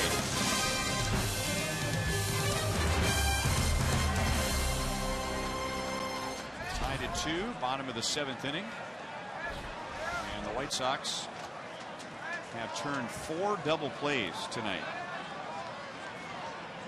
Christian Colon just hit the daylights out of a Chris Sale pitch right to the shortstop Ramirez, doubling up Alex Gordon at second base. And now Ventura into the bottom of the 7th inning to face Tyler Flowers, Micah Johnson, and Adam Eaton. And Ventura is coming up on 90 pitches.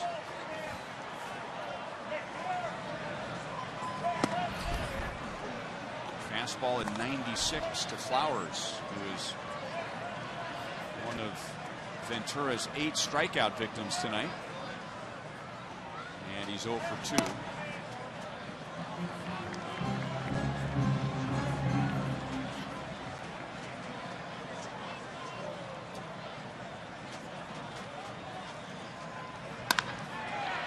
Moustakas, diving stop on the left side to throw out Flowers. The Royals answer with a good defensive play. What a beautiful play that is.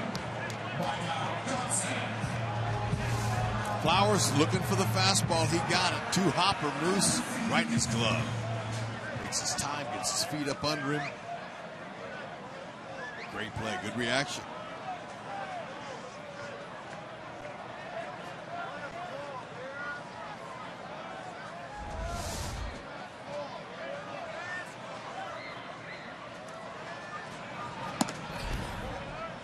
Still amazes me watching Ventura, how effortless it looks with the ball coming out of his hand. Very little body motion. It's just a real, very fluid delivery. Even on the changeup, nice follow through there. That was a beauty. Escobar to the middle, fast runner, and out on a close play.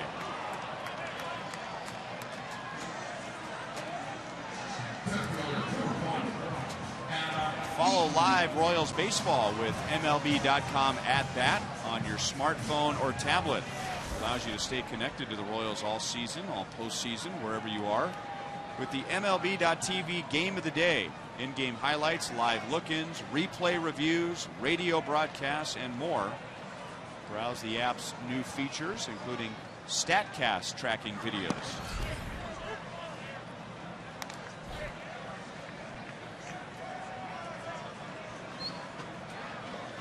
Zach Duke. He is ready in the White Sox bullpen. Back to Ventura, who says something to Eaton before throwing over to first. And here we go.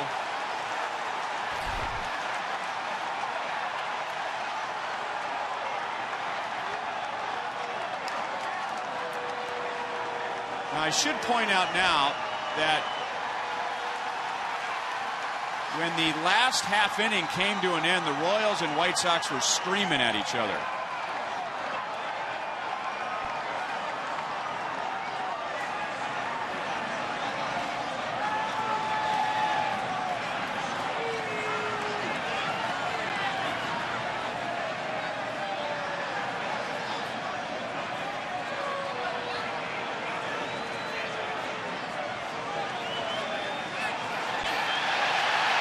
Samardzija and Lorenzo Cain. And we know what happened with those two in the opening series.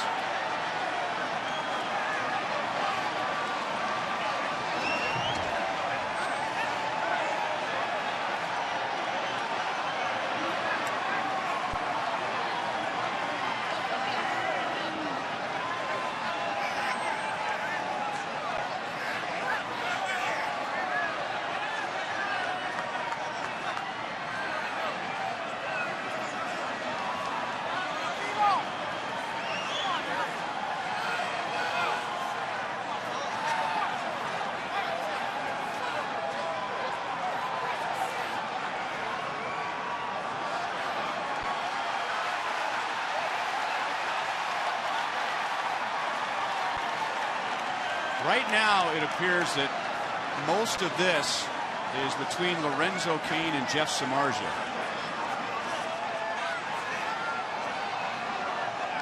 They are trying to find different ways to get to one another. And Samardzija will not be pitching in this series. I should point out that as the Royals were about to take the field in the bottom of the 7th inning, there was some jawing going on between the two dugouts. So it didn't help that Ventura started saying something to Adam Eaton after he grounded back to Ventura. But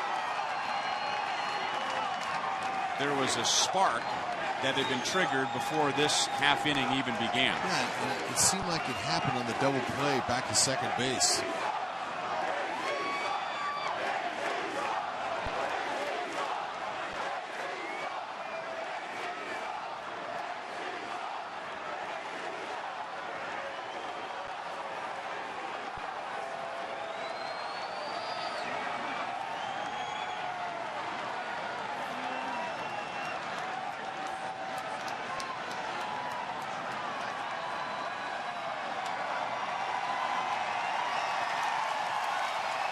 The fans have enjoyed it, but I can't think of anything good that's come out of this.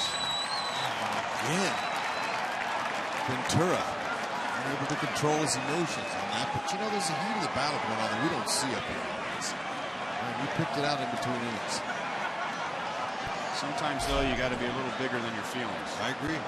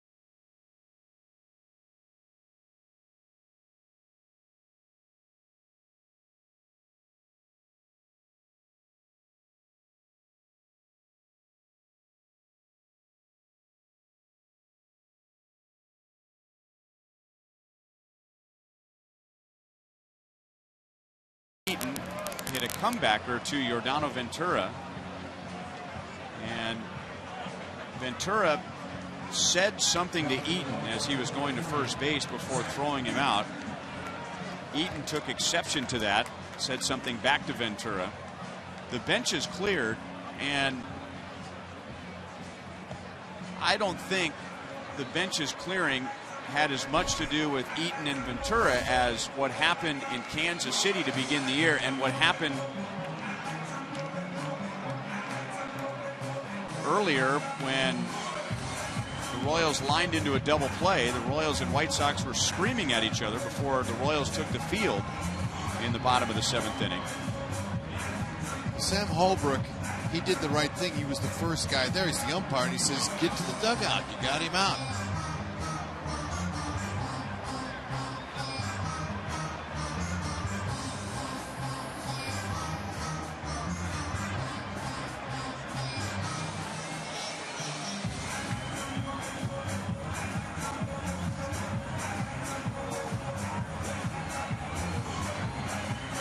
Lorenzo Cain was furious before the Royals took the field in the bottom of the 7th inning. So we haven't noticed anything.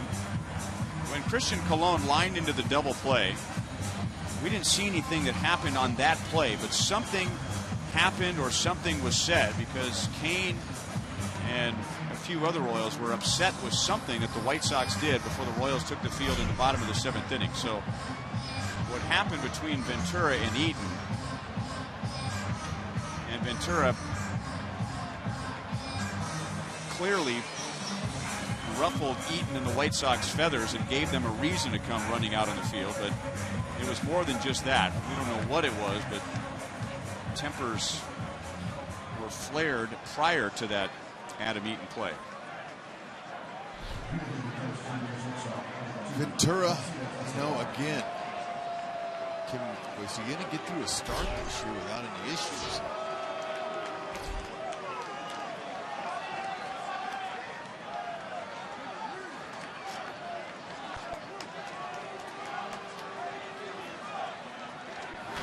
The concern is now I think the Royals have proven their point. I think the Royals have proven that they are not going to be pushed around. Zach Duke will take over the 8th inning. That they will push back. And yet this is a team that wants to get back to the World Series. We don't need ejections and suspensions. We don't need guys getting stepped on when everyone's running together in a bench clearing incident. Hard hit by Escobar. It's going to be caught in left field by Cabrera. The Royals have a lot more to lose than the White Sox do. I don't care what they did in the offseason with all the moves that they made. At some point, the Royals are going to have to decide, do we want to fight back, or do we want to let teams below us drag us down to their level? It's right now, it seems like as volatile as Ventura can get, his teams are going to realize that and see if they can get him off of his game, get him emotionally frustrated, and nothing good happens of those things. And that was as close to a brawl as I've seen the Royals in. Guys can get hurt. That's a bunch of guys out there. They're not on skates.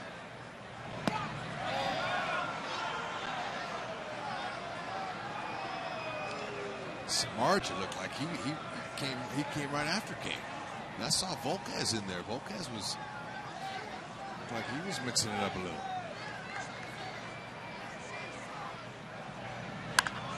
Mike Moustakas has his 2nd hit tonight and on base for the 3rd time. And now Gerard Dyson comes to the plate, so that answers one question. Lorenzo Cain, who was mixing it up physically and verbally with Jeff Samardzija, was one of the ejections.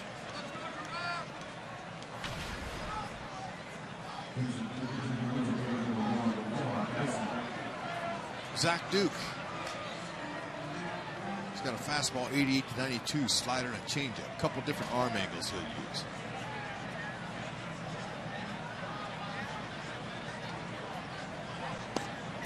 The Twins were just in town, and as you know, Torrey Hunter is back with Minnesota, the team he came up with.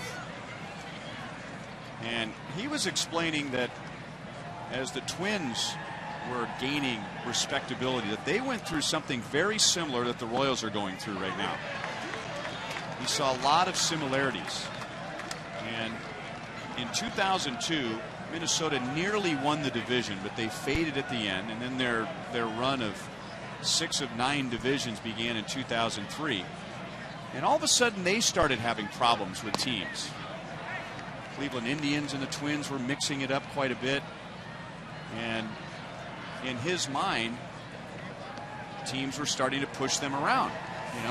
You guys don't deserve to be here, so we're gonna try and intimidate you. Right. Something that happens in baseball. And it was something that the Twins had to eventually do what the Royals did, push back, but then start to say to themselves, you know what? Some of this isn't really worth it. We're here to win games. Remember Tampa Bay and Boston? Oh, man. Remember this was started between those two teams? Same thing. Tampa Bay becomes a legitimate team out of nowhere. I mean, who predicted Tampa Bay would ever do anything in that division? But there they were. Well, you know what? Red Sox and the Yankees didn't like that, so they tried to push them around. And there's the famous James Shields, Coco Crisp brawl. Well, that was just the first of many incidents between those two teams. But at times, the bad blood begins with the bigger kid on the block or bigger kids on the block pushing around the perceived littler kids on the block.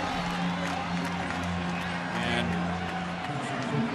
in order to gain respect, the little kid or the younger brother has to push back, but then at some point the younger brother or the little kid has to decide, you know, as the old saying goes, don't wrestle with a pig because you're going to get dirty and the pig likes it. Well said.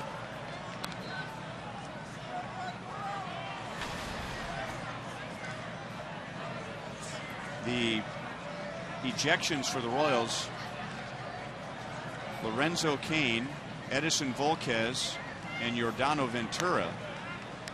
And for the White Sox, Jeff Samardzija and Chris Sale.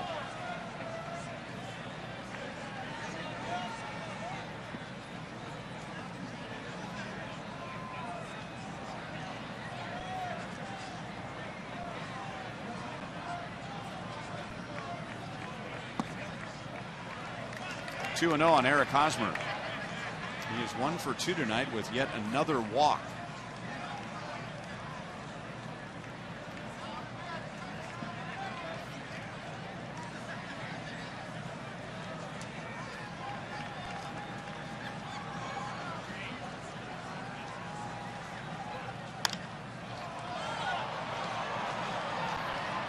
Two and 1.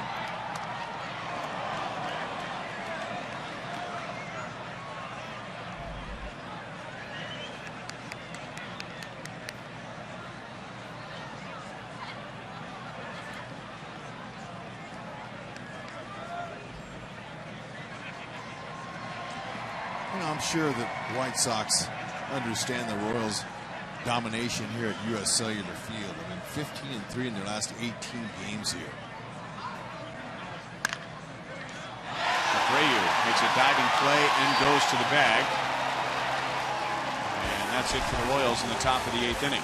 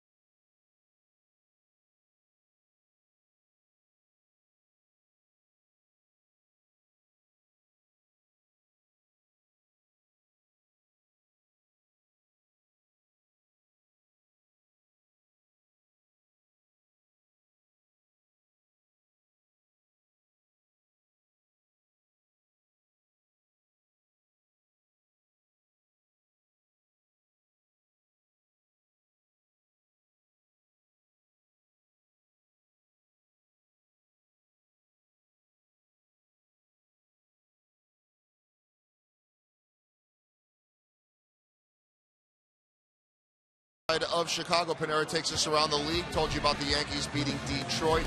Angels shut out Oakland. Baltimore falls 1 short of Toronto. And the Mets tie a franchise record with their 11th straight win. That's the best team right now in baseball. Our Mazda game break takes us to San Francisco. We know Nori Aoki is a San Francisco Giant, same as former Royal Justin Maxwell. Not quite that walk-off grand slam from 2013, but a walk-off hit for Maxwell. Giants beat the Dodgers in 10. All right, Joel, thank you very much. Kelvin Herrera takes over in the bottom of the 8th inning.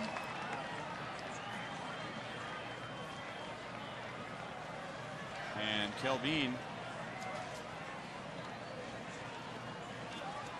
probably would have taken over in the 8th inning as Ventura was moving up on 100 pitches, but because of the Ventura ejection, Rios had to bring in somebody. And Herrera throws a strike to Melky Cabrera.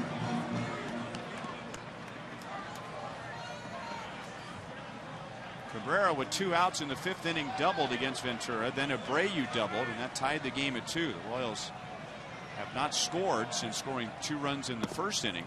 And Chicago got 1 in the 4th and 1 in the 5th.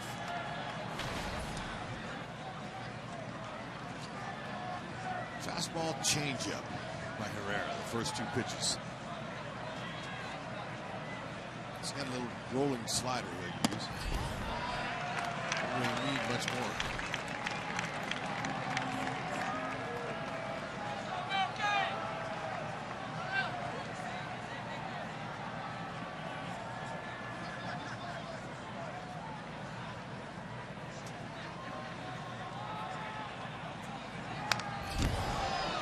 Two and 2.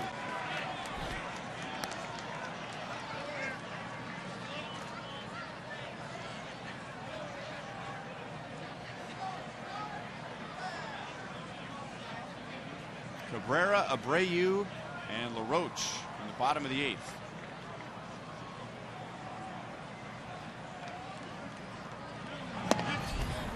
Ooh, man. You see that up against the grid. Where did that miss? That's exactly where you want to put that ball.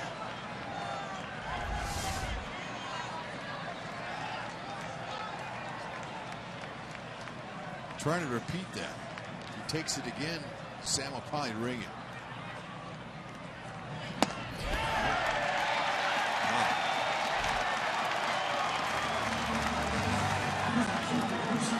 Leadoff man on for Jose Abreu. He tied the game back in the 5th inning with 2 down.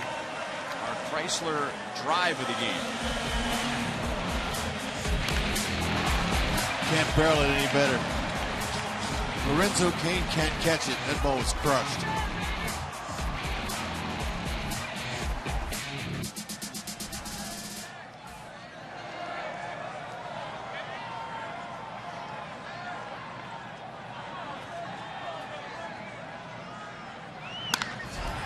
Base hit left field. That is the 2nd hit for Abreu. Now the White Sox have 2 on with nobody out in the 8th inning.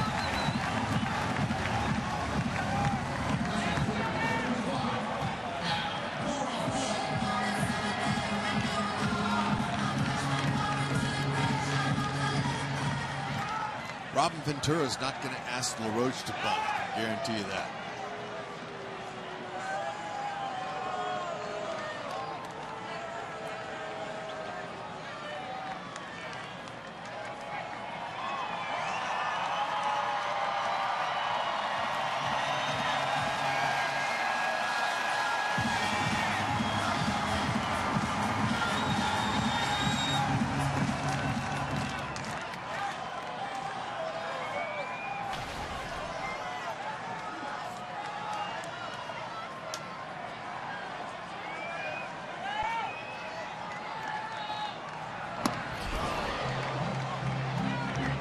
On Adam LaRoche, 1 for 3 with a 4th inning single.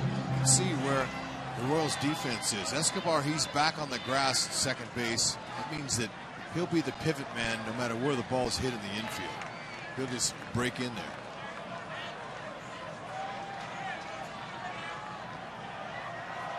Infielders are always talking to themselves. Hosmer dives and gets the out at second base. Cabrera goes to third. Hosmer saved a run there, diving on the right side, and keeps a double play in order.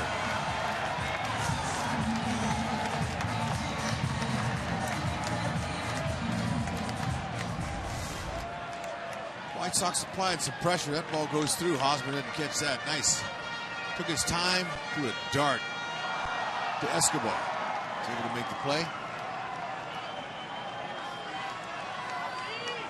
Ball hopped up perfectly for Eric.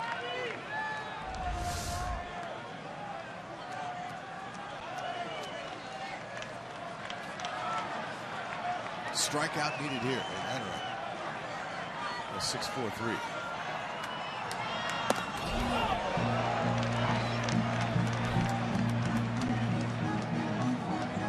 Garcia is 0 for 3 tonight. He has scored a run, and he's 0 for 4 against Herrera without a strikeout, so he's been able to put the ball in play, which he will try to do at the bare minimum here while trying to avoid a double play. Late on a 97-mile-an-hour fastball. Everybody got your way.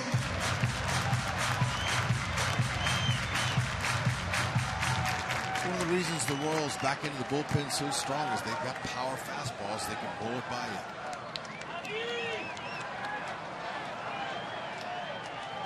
I only face Herrera or Davis only one time.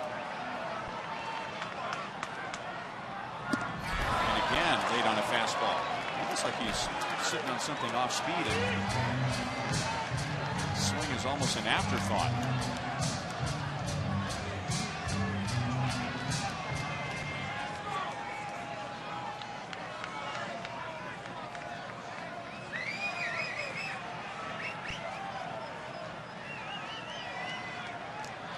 So 1-2. Now Herrera going for the strikeout. And he gets it. 97, 96, 99. Just overpowers Avisail Garcia. 2 down. Exactly what he needed. Once you throw a ball by a guy a couple of times, you know, you're not going to speed his bat up by throwing him a changeup. Or, you know, Salvi's smarter than that, so he just stayed with the gasolina. And, you know, you might be saying, well, how are they hitting Ventura's fastball at 97, 98? Well, he has to face each guy. Ventura did 4 times tonight. So you're seeing a large sample size of the pitcher. But with Herrera, you know, Davis, when they come in, they're only seeing these guys once. Gillespie laid on a 100-mile-an-hour fastball. Gillespie is 0 for 3. That is some cheddar cheese at the knees.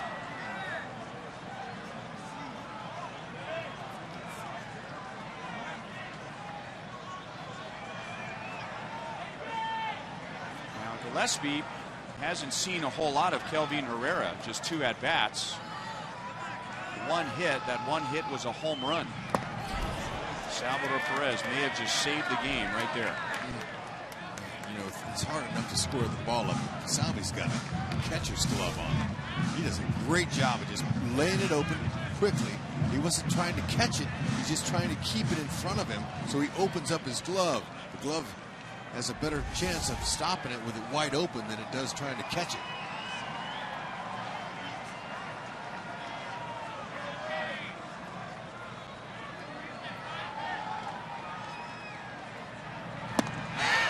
Changeup at 90. You mentioned the home run by Gillespie. That's the last home run that Kelvin Herrera has allowed. That was 101 1/3 innings ago. That is the longest current streak in the major leagues without allowing a home run. That's 2 seasons ago, July of 2013. Wow. But that, you see, it's the changeup that he's much more efficient with the location. Those were the balls that they were hitting out. They were elevated at belt high. And after gearing up for that high 90s fastball, that changeup looks really hittable. That's what they do. But he's been doing a good job of fading it away from the hitters, keeping it out of the nitro zone. Pretty impressive.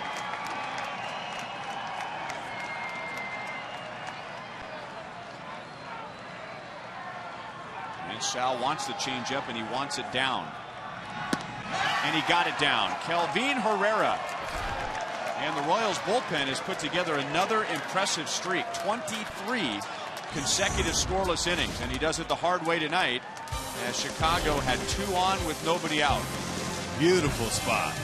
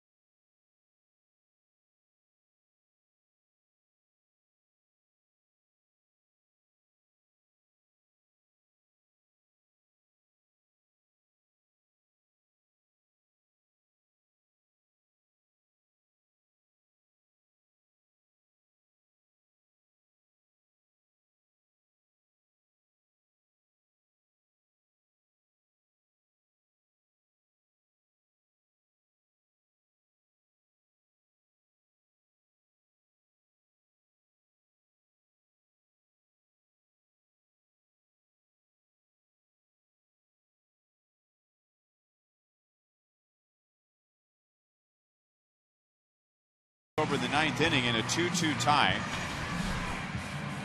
This is the first of 4 games between the Royals and the White Sox in this series. A series that had a couple of incidents in Kansas City, and we've had a bench clearing brawl here tonight with 5 ejections. Giordano Ventura, Edison Volquez, and Lorenzo Cain were ejected on the Royals side, and Jeff Samardzija and Chris Sale were ejected on the White Sox side. Now, it would appear that the incident was triggered by Giordano Ventura fielding a ground ball by Adam Eaton, staring at Eaton, saying something to Eaton, and throwing to first. But in fairness to Ventura, we wanted to get another angle and see if it was Eaton who in some way instigated the incident. It'll be Kendrys Morales leading off against Robertson. And we'd like to show it to you, but knowing that we could have a younger audience, and sometimes in high definition lip reading is not that difficult, but it does appear that Adam Eaton said something to Giordano Ventura before Giordano Ventura answered to Adam Eaton.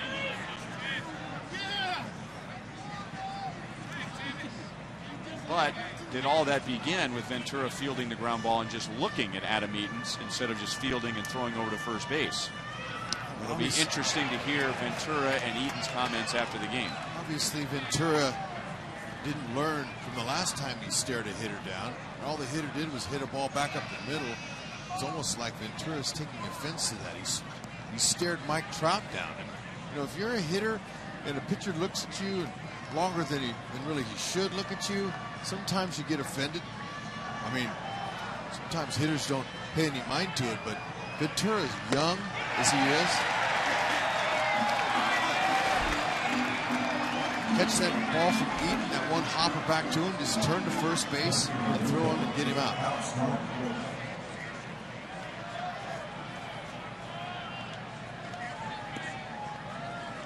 Meantime, David Robertson now has retired 14 straight batters since he left Kansas City. He's been really good, dominant. 88 to 95 power curveball. Occasional changeups. Looks like they got them a solid closer. Very smooth. Ball explodes out of his hand. And the White Sox really needed to fix their bullpen. They had the second highest bullpen ERA in the American League last year.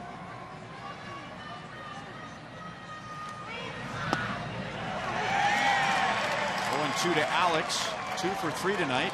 Both of his hits against Chris Sale. Royals scored 2 runs in the first inning.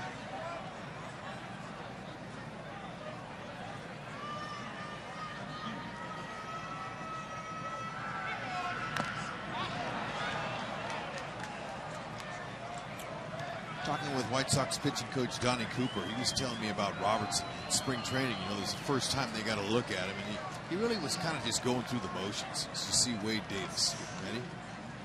He said that Robertson was, you know, kind of just, he was getting hit around a little bit. His command wasn't real good. And, you know, Robertson just told Donnie Cooper, look, I just want to get in shape, and I'll be ready when the bell rings.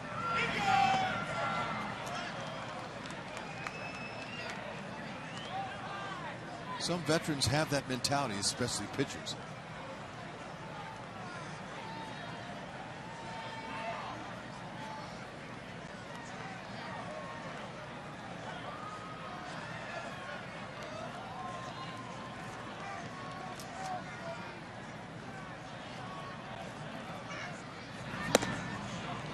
Two and two.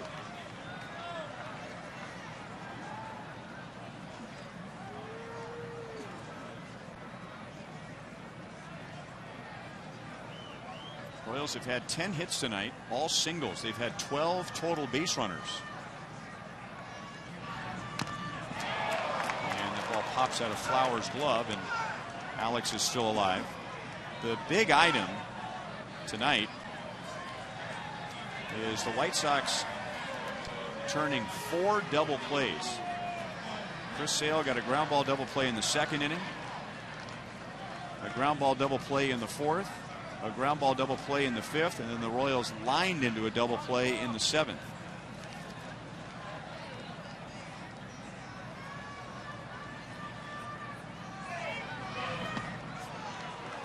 Three and two.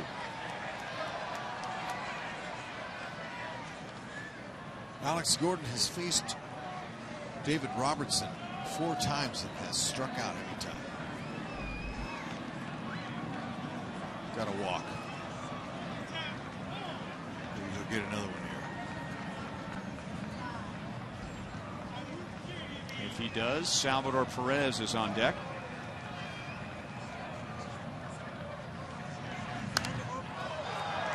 Still 3 and 2.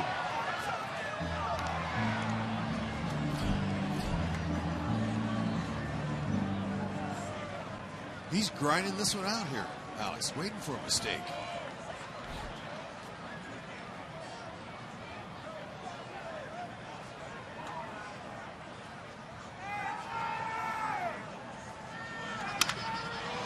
Off the knuckles, long run for Garcia. He'll catch up to it, 2 down.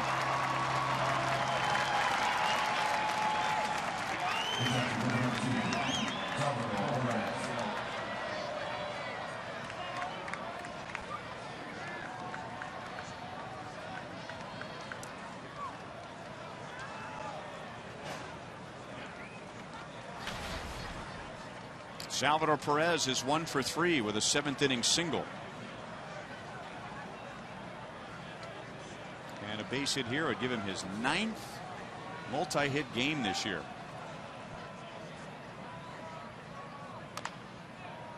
Oh and 1. Only Prince Fielder of the Rangers has more multi-hit games in the American League. He has 9. Sal could tie him with a base hit here.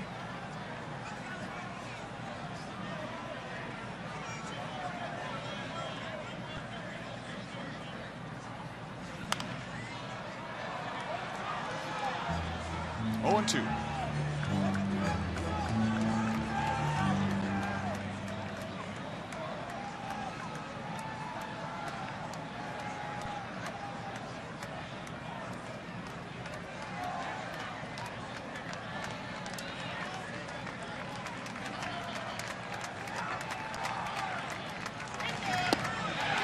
Breaking ball got him looking. So Robertson faces 3, strikes out 2. To the bottom of the 9th inning, and the White Sox will have the lower third coming up against Jason Frazier.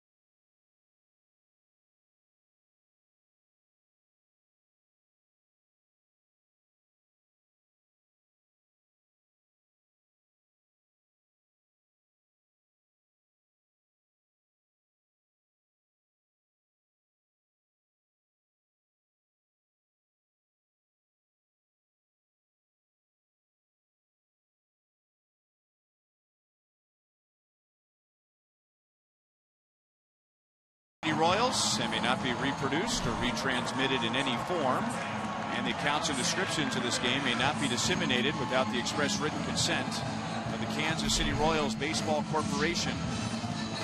Ryan Lefebvre, Rex Hudler, Joel Goldberg, Jeff Montgomery at U.S. Cellular Field in Chicago, with producer Joe Libero, director Steve Kurtenbach, associate producers Al Broughton, Sam Abramson, Dave Holtzman, and the producer of Royals Live is Brian Shapiro. And we look forward to hearing Boulevard Royals Live tonight and getting some reaction from both clubhouses to hear exactly what happened before the bottom of the 7th inning and at the end of the bottom of the 7th inning, which resulted in a benches clearing brawl and 5 ejections tonight.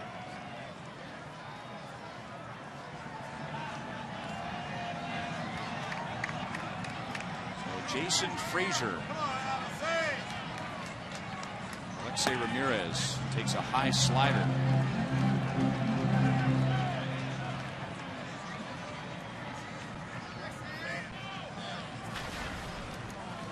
Ramirez drove in Chicago's first run in the 4th inning. That slider is called a strike. It'll be Ramirez, Flowers, and Johnson against Jason Frazier, who is an Illinois native, born in Chicago, and grew up in Oak Forest, which is a southwest suburb about 35 minutes from this ballpark. And Frazier will get it over to Hosmer for the first out. I've seen Frazier make a couple of plays on the runs without getting his footing, not getting his feet underneath. He's comfortable making them. Did one in Minnesota, then he just did that one there. He had time to get his feet and set them, but he's a good athlete. He's comfortable making that play on the run.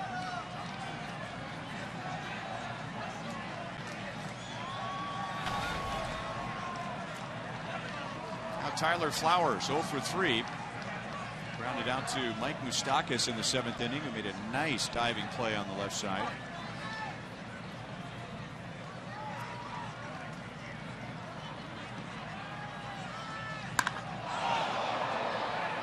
Well, he turned on that pitch, but that was all he could do with it, was hit it foul. It was so far inside.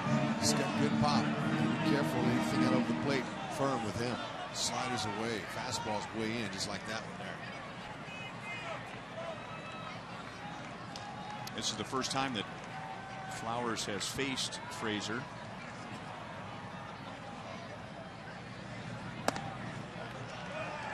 1-1.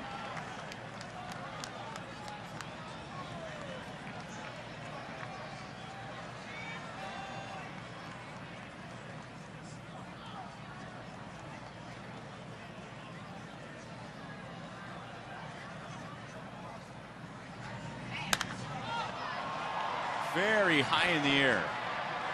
See if Alex Gordon has room. He does, and he brings it down for the out.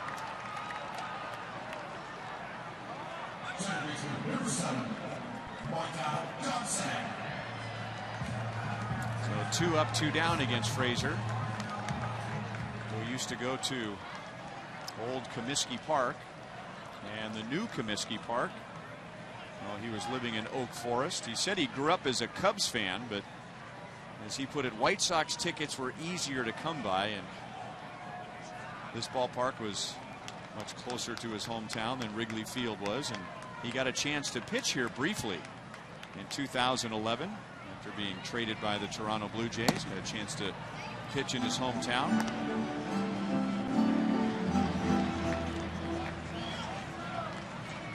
Detroit Tigers 33rd round pick, Jason Frazier, out of Southern Illinois University. He's had a long big league career after being drafted so low. Johnson grounds it out to Colon, and we head to extra innings. Jason Frazier gets the job done. 24 consecutive scoreless innings for the Royals bullpen.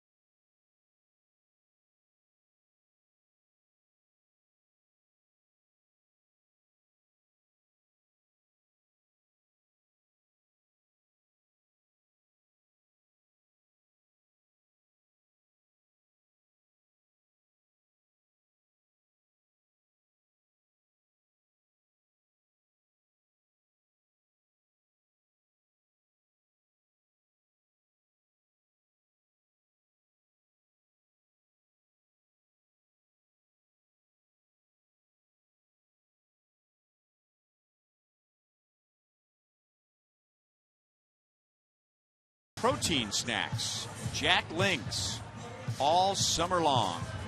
And it doesn't feel like summer tonight. Temperature of 50 degrees at first pitch, dipping down into the 40s, and with a wind chill that makes it feel a lot colder than that. Royals play extra innings for the first time this year. They will see Zach Putnam in the 10th inning with Paulo Orlando, Christian Colon, and Alcides Escobar scheduled to hit. The Royals got 2 runs in the first inning against Chris Sale. Kendrys Morales drove in Mike Moustakas and Lorenzo Cain. But the Royals have not scored since. Chicago got runs in the 4th and 5th innings on RBIs from Ramirez and Abreu. Both teams had losing records last year in extra innings. The Royals played in 12. The White Sox played in 14.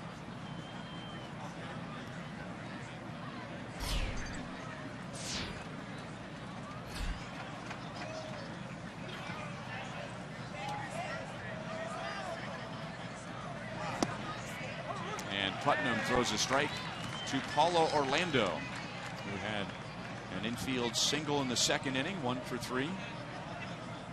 Putnam will give him a fastball, slider, and a split finger. Fastball 88 to 92. Let's get on base. Make something happen. 0-2.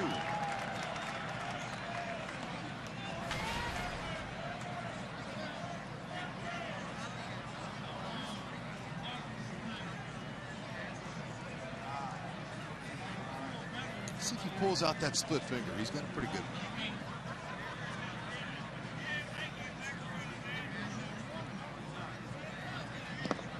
He did. Orlando runs to first and is thrown out by Flowers.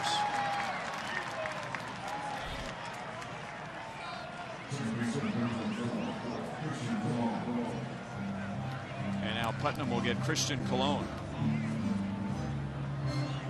Christian is 1 for 3 and included within that, lining into a double play in the 7th inning.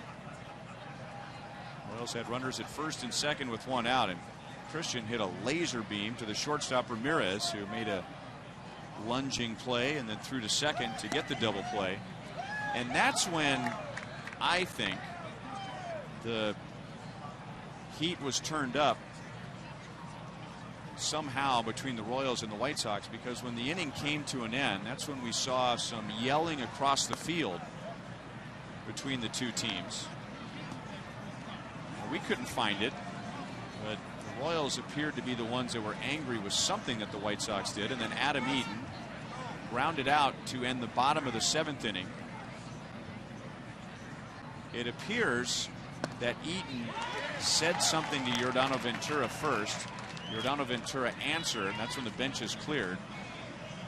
I'm assuming that Adam Eaton is going to say that he shot his mouth off first because Ventura was staring him down as he was running up the line. 2-2 on Colon. But we had a long delay with a benches clearing brawl and 5 ejections. Lorenzo Cain, Yordano Ventura, Edison Volquez for the Royals, and Jeff Samardzija and Chris Sale with the White Sox.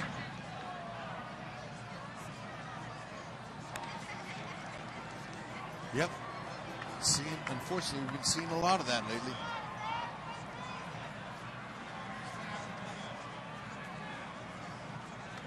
Dan Jennings warms up in the White Sox bullpen, former Nebraska Cornhusker. Now 3-2 on Colon.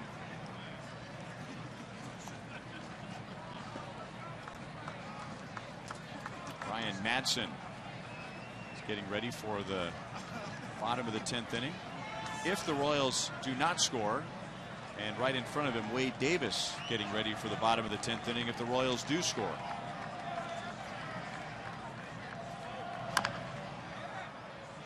Still 3-2. First 3 games of the series and of the year this year with the White Sox were at the Cave. The Royals, they roughed up their bullpen. First 6 games total, they have their bullpen, the White Sox 5.94 ERA. The opponent's average 3.04. The last 8 games, the White Sox bullpen 1.57 ERA. So they've kind of found their groove. The opponent's only hit 177 in their last 8 games. So the pin's been really good. Flowers didn't see it right away, but it was hit so high he's able to adjust. 2 down. The first 3 games, though, they were bringing those guys in, and we were mopping up their bullpen. Didn't look very strong. Sure. None of the pitching looked very strong. The Royals outscored the White Sox 21-7 while sweeping Chicago. The Royals hit 5 home runs. They stole 6 bases.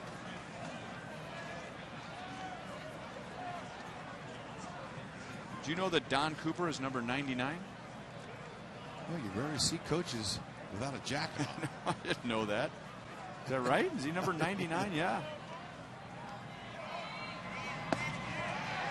Splitter in for a strike to Alcides Escobar.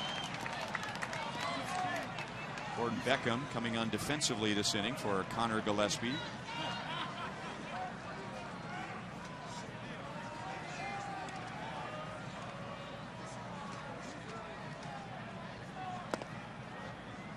One and one. Escobar is a tough luck 0 for 4 tonight. He is lined to left. He is also flied out to deep right center field.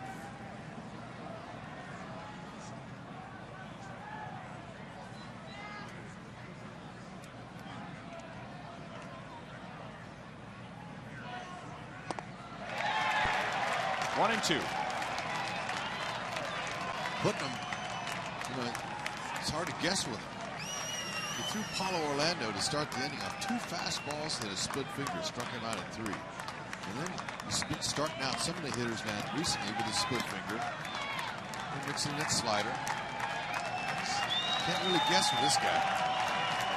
I see him up. Just nicked it foul.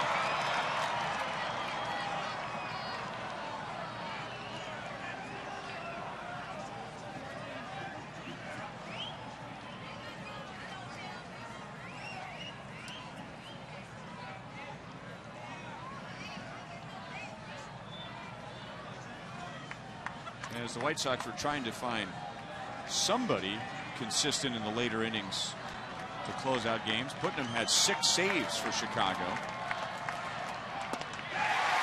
And he's impressive in the 10th inning. 2 strikeouts and a foul out. It'll be the top of the order for the White Sox in the bottom of the 10 in a 2-2 tie.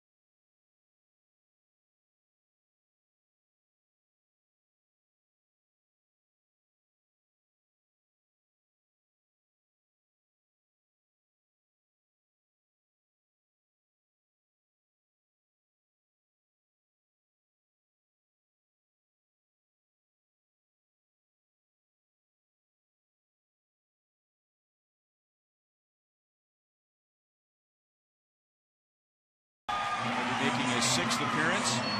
Remember, the Royals bullpen had a team record 22 and a third inning scoreless streak to begin the year. It was the 2nd longest in history, at least since they've been keeping track of that.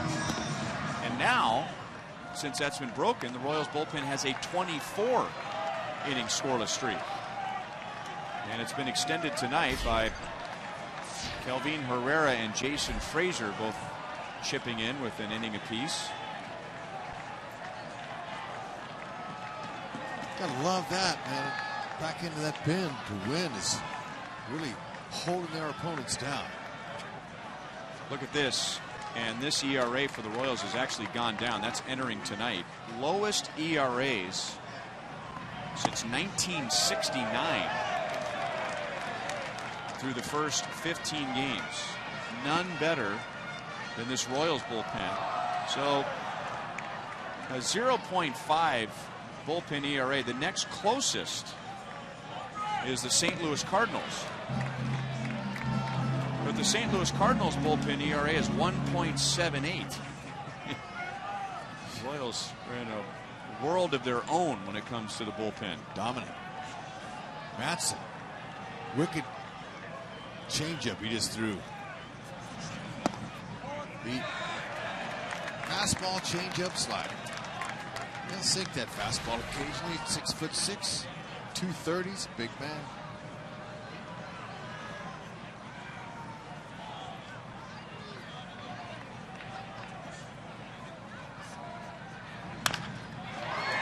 Escobar to the middle. And the ball gets by Hosmer, and Adam Eaton is going to run to second base.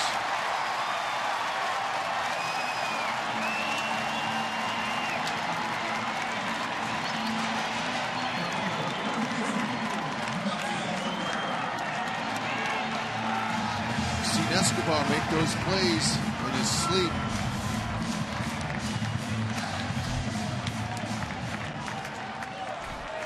It's going to be his first error of the year. Came at the wrong time.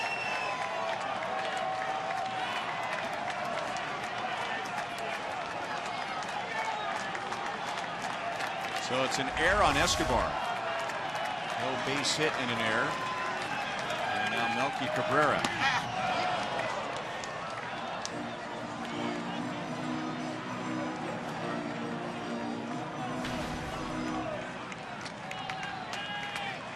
Pretty good for a shortstop to get this deep into the season without an error. Right. Game number 16. At an inopportune time. And we should point out it is very cold tonight, and on cold nights we will talk about pitchers and not being able to get the grip that they normally get because it's so cold that the baseball is slick. Stay in here. And Mike Moustakas makes a play, almost goes into the White Sox dugout, and Eaton's at second base with one out. Well, the ball is also slick for the fielders too. Sure is. And, you know, with Eaton's speed, put a little pressure on Escobar, and his arm angle just kind of fell down a little bit, made the ball sail. Loose. Ooh, no rail there. Not a lot of help either. Hey, there's an old buddy, Emilio. Is that Emilio Bonifacio? Former Royal. So he was going to be there to help Moustakas. No chance the Royals are going to let Jose Abreu have the opportunity to win the game.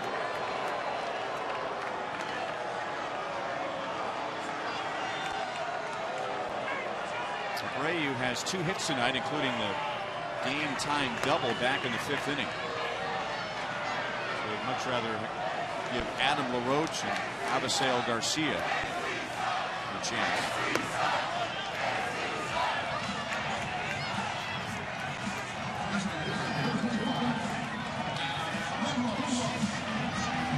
Now this was a no-brainer, and yet Ned Yost has said many times that you got to be very careful when you intentionally walk somebody, because especially when you have a veteran hitter coming up like Adam LaRoche, in Ned's estimation, good things don't always happen. You are tempting fate and at times tempting the hitter's emotions or focus when you basically say, we don't want to face the guy in front of you, but we want to face you. But as I say, it was a no-brainer tonight. Yep, looking to ground him in that double play.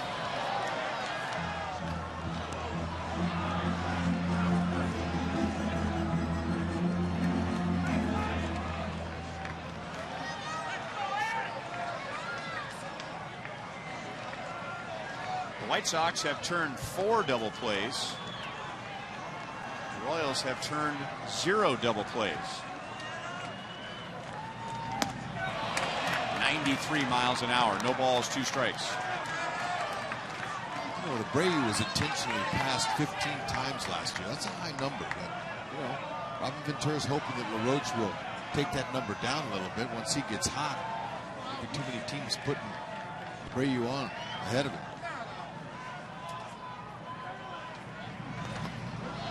Again, Sal. This time perhaps not saving the game, but making it more difficult for the White Sox. In the bottom of the 8th inning with a runner at third base, he made a great stop, and if that got by him, the go-ahead run would have scored here. He keeps the double play in order and keeps the winning run 180 feet away. Yep. We see it every single night. But you don't normally see that on the highlights after the game. No, you're right. Just got him on the kneecap. 2 balls, 2 strikes.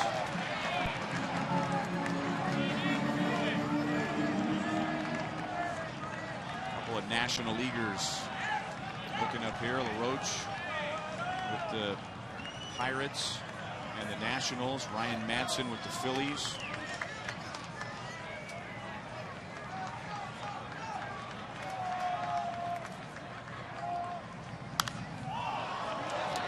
Still 2-2.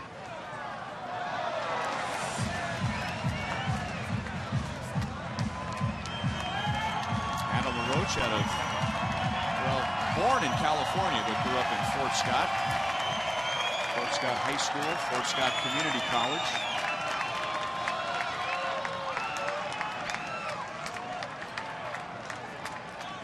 See if we can get him on that changeup.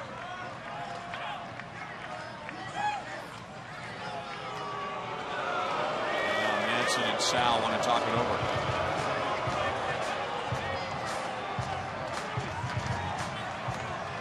Madsen, and maybe I'm reading too much into this, Madsen looked at Escobar and I think might have been a little startled to see Alcides right behind second base.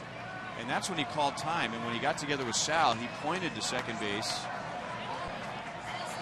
as if to suggest, you know, is that where we want him with this upcoming pitch? Ball is in the dirt. A strikeout. The throw down to second base.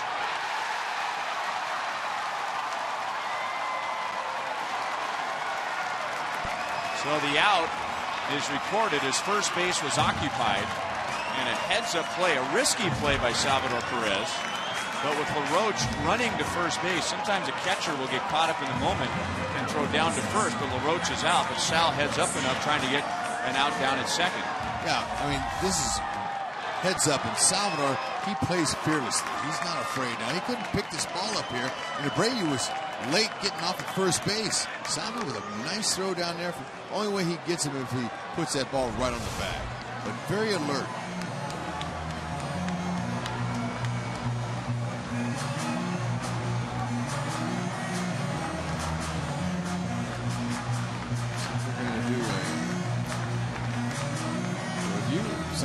Challenge down at second base.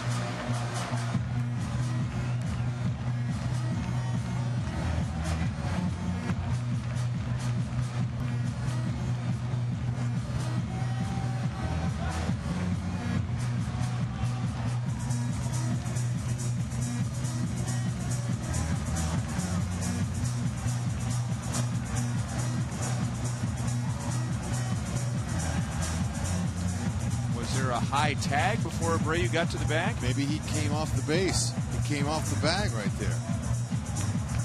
He's off. Esky's got the tag on him. He was? Well, maybe for a second. Tough angle there.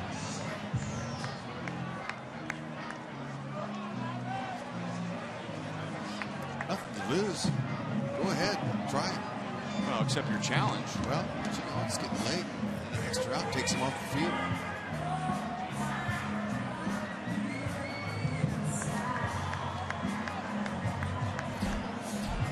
Let's see here. Out of this angle here, his foot's off the base.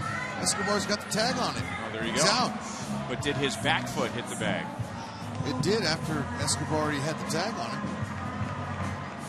Different angle. That one from the first base side didn't show it.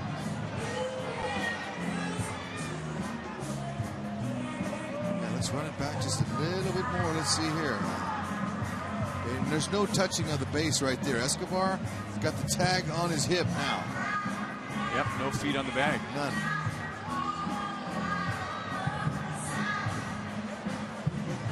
Boy, this would be huge if the Royals can get this out. Salvia, alert, man. He snapped that ball down to second base. He wasn't afraid of throwing it away. Let's see what they call. Whoa. Good try.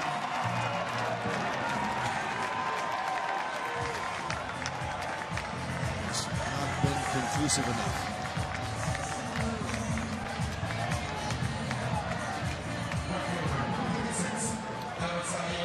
Well, I got to assume that the call stands because I didn't see anything that conclusively said that Abreu was definitely safe. Now, one thing that could have hurt the Royals there was quite a bit of dirt kicked up around Abreu's foot, his back foot. So, I mean, it was easy to assume the length of Abreu's foot that it wasn't hitting the bag, but assuming the length of his foot not hitting the bag is not conclusive. No, that's a pretty good call by Bill Duplessis to alert the Royals dugout. Oh, absolutely. But, you know, with all the angles that the TVs have nowadays, I mean, they can get every little angle. So that's a great try. Good attempt. So second and third, 2 down to Garcia. And Madsen jumps ahead 0-2.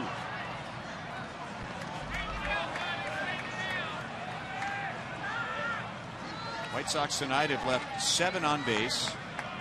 They are just 2 for 12 with runners in scoring position.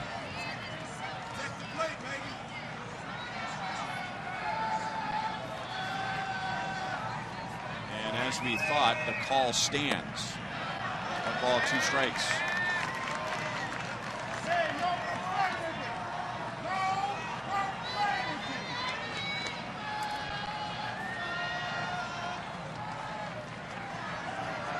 Sure helps that you got to catch it like Salvo. You can throw that change up, anything down in the dirt with a winning run at third base.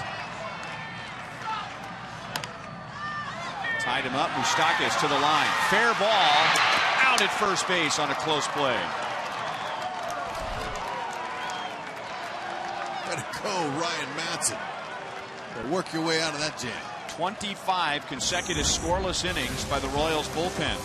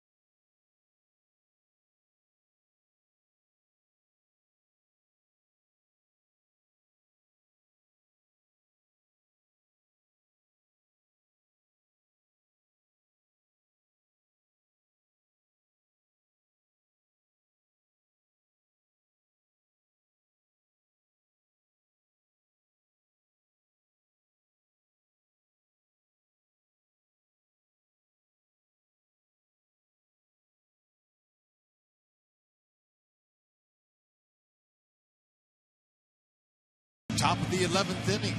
Royals got a chance to put an attack on here, but I'll tell you, Moose, he's put on a clinic tonight. Watch how he comes after this ball. Two-hopper, he circles around the base. He doesn't want to get his feet mixed up there, wants to get some momentum going towards first base. That's how you round the play and get that momentum going. Made the play on the run, too, didn't set his feet. That's a really good footwork to see how he cleared himself from the base and circled into that ball. Nice play. Dan Jennings for the 11th inning with Moustakas, Dyson, and Hosmer. So this is ideal for Robin Ventura to bring on a lefty for 3 left-hand batters. However, lefties have done a little better than righties have. Still just 3 out of 14. The Royals saw Jennings on opening day, and in beating the White Sox 12-3, they scored 3 of those runs against Jennings, with Jennings only getting 1 out. Fastball, 89-94, good slider.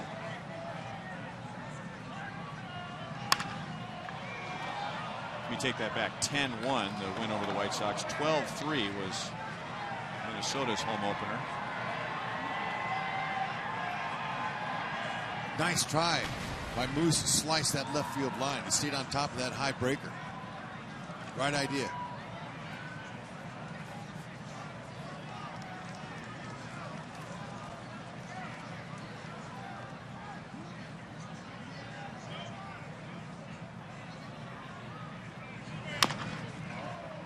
Up the first base side, and there's the tag of Abreu on Moustakas for the first out.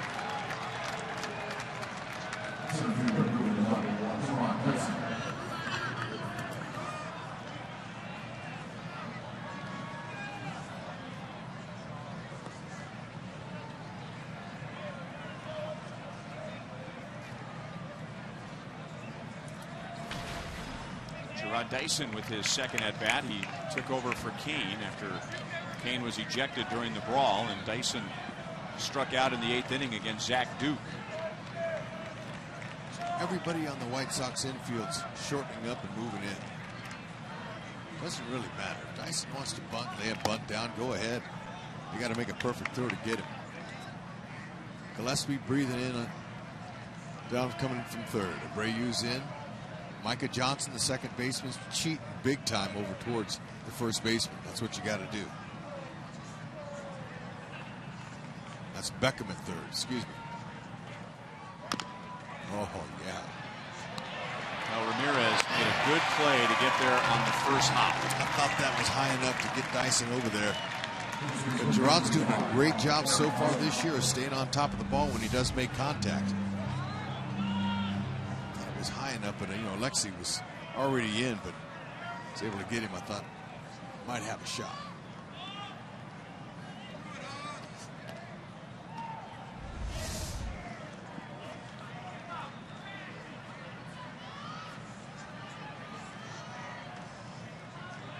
So Eric Hosmer with 2 down, nobody on, 1 for 3 tonight with a walk,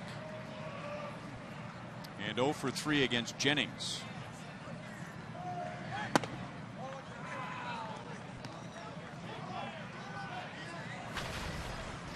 The walk for Hosmer is his 11th. At this time last year, he had 5 walks.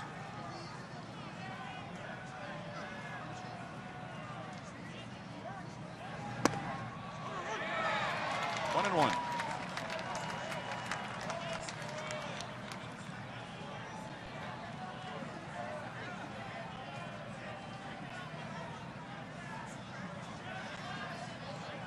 Haas is due, isn't he? Absolutely. I was just checking out. He just got 3 extra base hits. How about Jennings try and fool him here with a breaking ball that hangs? See how far he can hit it.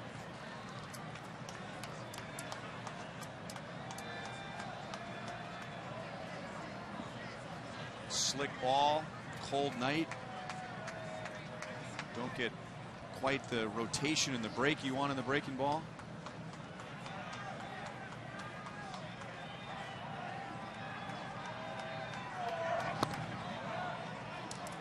Two and 2.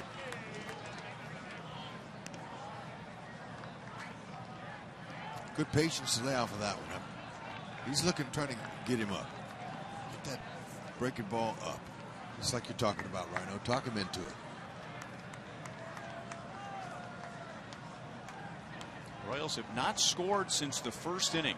They're now 2 down in the 11th. How about a breaking ball for a base hit up the left field line, and Hosmer is going to dig for 2. So he didn't hit it very far, but he's the go-ahead run in scoring position with 2 down. Got a right-hander up in that bullpen with Morales coming. Actually, it's Gordon. No, Morales is ahead of Gordon. And Hosmer, he waited for the breaking ball. I see it stayed up, went with it. A little Ichiro Suzuki there. That was. He slipped it right by Beckham. Nice try, Beckham. He was a long ways away from that. He almost got it. And Melky Cabrera, boy, is he an upgrade for their defense out and left. He came in, got that ball, and almost threw out Hosmer. Yellowwood bringing the lumber. And back in the first inning against Chris Sale with the bases loaded, 1 out. Kendrys Morales drove in Mike Moustakas and Lorenzo Cain to give the Royals a 2-0 lead. And White Sox making an obvious move like the Royals did in the bottom of the 10th inning. Open base, left-hand batter coming up. And they're going to set up Cornhusker versus Cornhusker.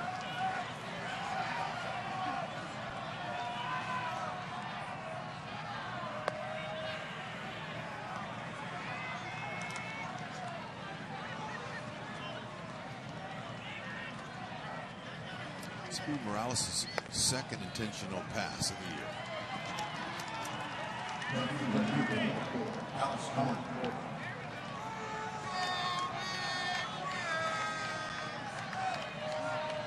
Mentioned that Jennings was charged with 3 runs on opening day when the Royals won 10-1. Well, Alex faced Jennings and drove in 2 runs with a base hit, and that's Alex's only hit. They were never teammates at Nebraska, just missed each other. Alex, of course, from Lincoln. Jennings grew up in West Des Moines.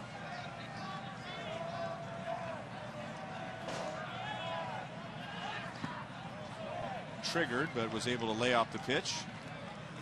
No swing. They appealed down to the third base umpire, Mike Everett. Right before the pitch, I noticed Alex open up his right foot. Opened it up a little bit, and as though he was thinking about getting that pitch inside. Sometimes first pitch, they like to try to throw that fastball on Alex. Alex has seen many lefties like this. Fastball, slider. See that front foot? It's pointing out towards the shortstop.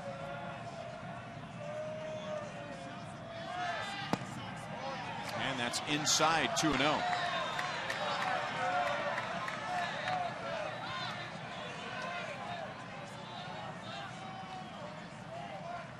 Alex started the season 1 for 16. And now he is 10 for his last 25 with 2 more hits tonight. 3-0. Salvador Perez is on deck. That's Jake Petrichka out in the White Sox bullpen. He's a righty.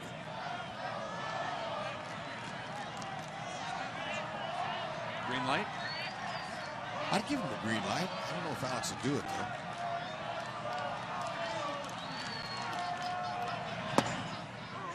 Strike over the outside. That's not the pitch he wanted. Green light or not. Here for something similar.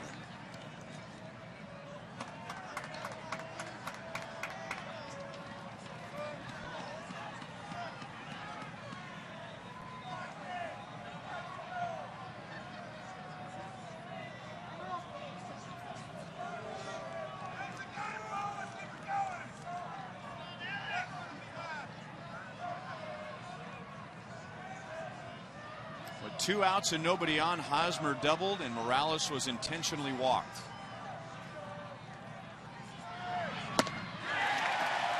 Three and 2. Only the San Diego Padres have more 2-out RBIs than the Royals. The Royals lead the league with 32. There's the improvement for Alex over his last 8 games. Runners will be moving 3 and 2, 2 outs. Let's see if Alex can just dribble one through the infield somewhere or make some solid contact. Salvi on deck has been the Royals' most productive hitter with runners in scoring position so far.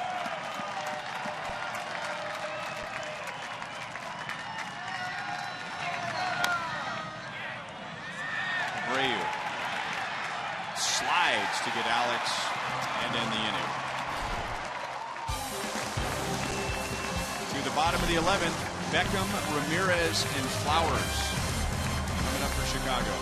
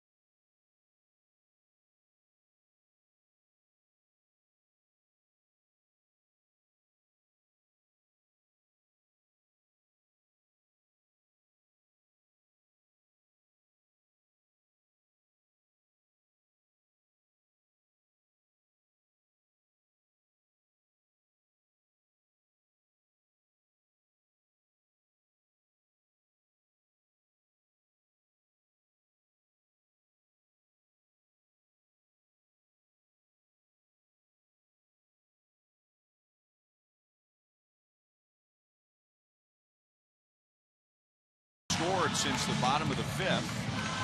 Royals have 11 hits, 10 singles, but the big item tonight is the White Sox turning 4 double plays. Ryan Madsen pitched the 10th inning, worked around an error and an intentional walk, and got the White Sox 4 and 5 hitters out to escape that inning. And now Gordon Beckham, number 6 hitter, and batting for the first time tonight. Alexei Ramirez and Tyler Flowers.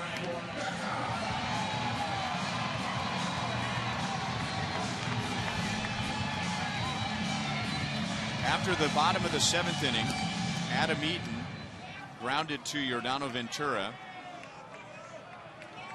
They exchanged pleasantries,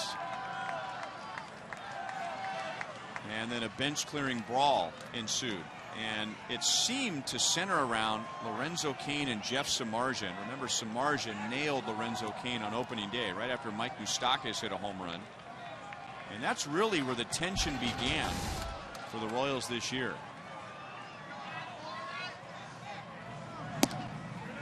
Madsen misses outside to Beckham, and so during the brawl, Ventura and Volquez were ejected. Chris Sale also ejected.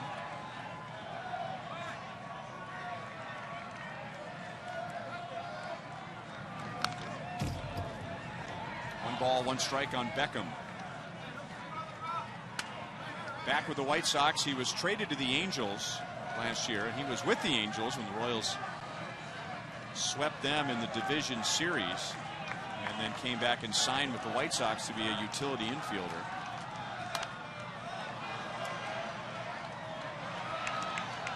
First round pick out of Georgia, where he was a shortstop. He made his big league debut the year after he was drafted as a third baseman, and then many years as the White Sox second baseman, and now Robin Ventura will use him all over the infield. It's 2-2. Becoming more of a utility type player, which he fits that mold perfectly. I mean, Micah Johnson, he's their young hotshot prospect at second base. That's what Gordon played when he was with the White Sox. But the fact that he gained a lot of experience last season with the Angels at third base made him attractive. Come back to the Sox. Just missed. 3-2.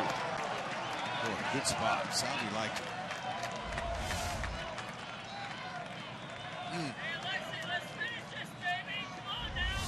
Can't do any better job presenting that pitch right there than Salvi did. Squares up himself nicely.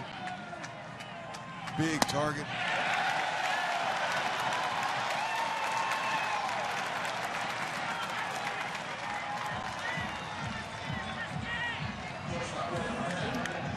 Here's what we were talking about after the final out of the bottom of the 7th inning.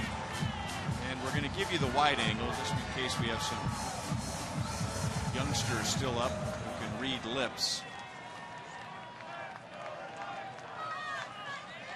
See Holbrook saying, hey, look, just go out, go into the dugout.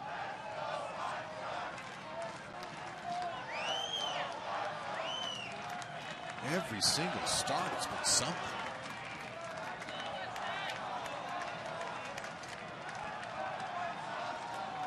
And I believe in the middle of that scrum there was Cain and Samardzija.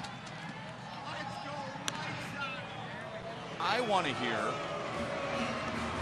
my curiosity is, what happened after the top of the 7th inning? The Royals were furious with the White Sox after the double play in the top of the 7th inning. So there was tension even before Eaton grounded back to Ventura.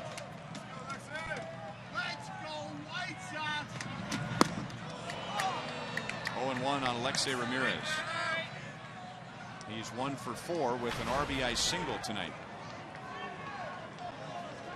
Royals really pitched him well in Kansas City. He was just 1 for 9.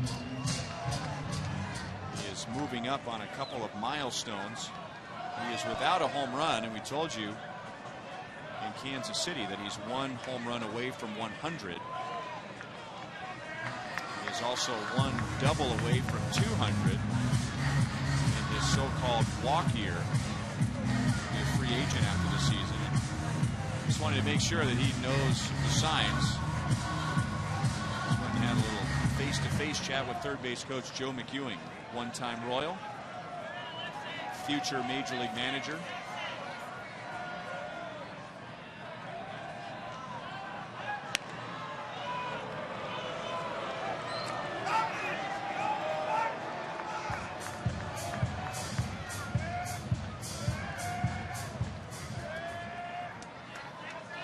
He didn't look too comfortable squaring around there.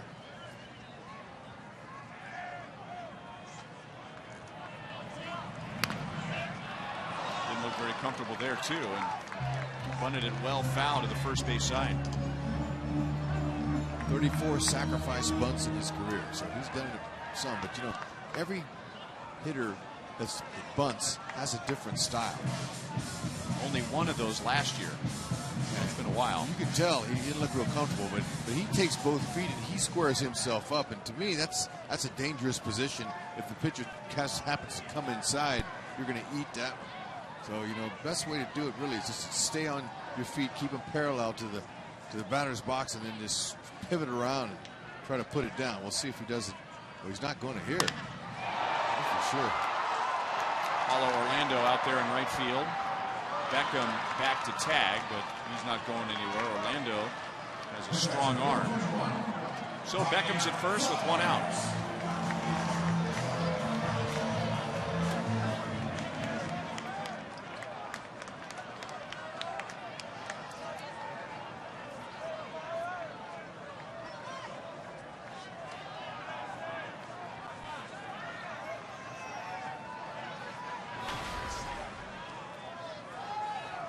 Tyler Flowers has grounded out twice, struck out, and fouled out tonight.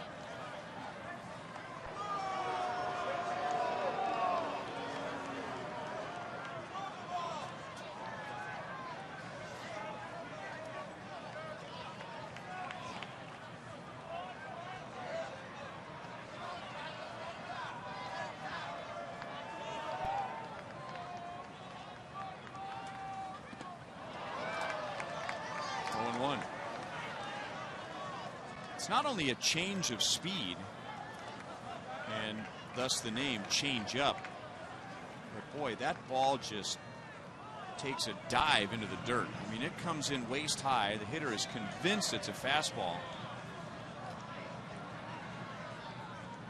And then back with a fastball. Good sequence of pitches there. No balls, 2 strikes. And, you know, his body is deceptive, especially because he throws those arms and legs at you, and then here it comes. And when he pulls the string on that changeup, it really is hard to pick up for hitters. It's an old term too, pulling the string, as if it was a yo-yo. Right when the hitter is taking a swing, it's almost like the pitcher pulls the pitch back. Flowers was tempted. Sal wanted that pitch up. 1 ball, 2 strikes. It's a good setup pitch. Fastball. See if he comes back with that changeup again.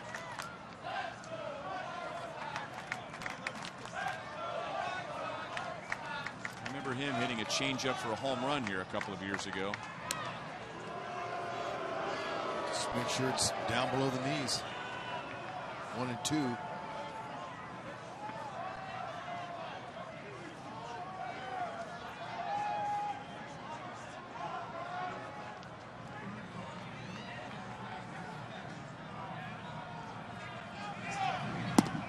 Strikeout, no throw down to first. 2 down in the 11th inning. It is Madsen's second strikeout. Beckham had a jump. I mean, he should have just kept going. I got to think, though, if you're going to try and run against Salvador Perez, I'll bet in the back of a runner's mind, my jump better be perfect. And you better get a jump a little bit before the pitcher even goes home, and that's the jump Beckham had, but he didn't trust it. Salvi will make you feel that way. You got to trust it. As Vince Coleman was telling me before the game, stealing a base is an attitude. You got to be confident. You can't be nervous about getting picked off or thrown out.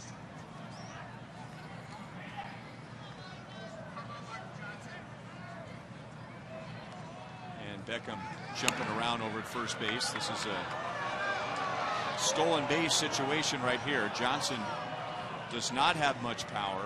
Adam Eaton on deck does not have much power, so the chances of an extra base hit slim.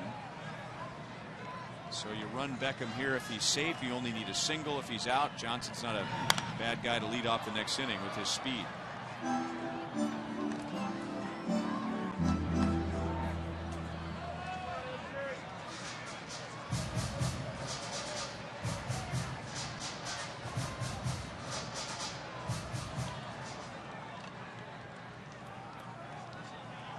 Petrichka has been warming up for about 2 innings out in left field.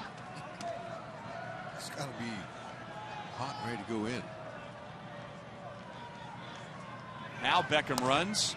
Good pitch to throw on, and he is out. Looks like that was a semi pitch out. I mean, I don't know if it was an exact pitch out, but it looked like they knew he was going. Hawk Harrelson, your thoughts? There you go.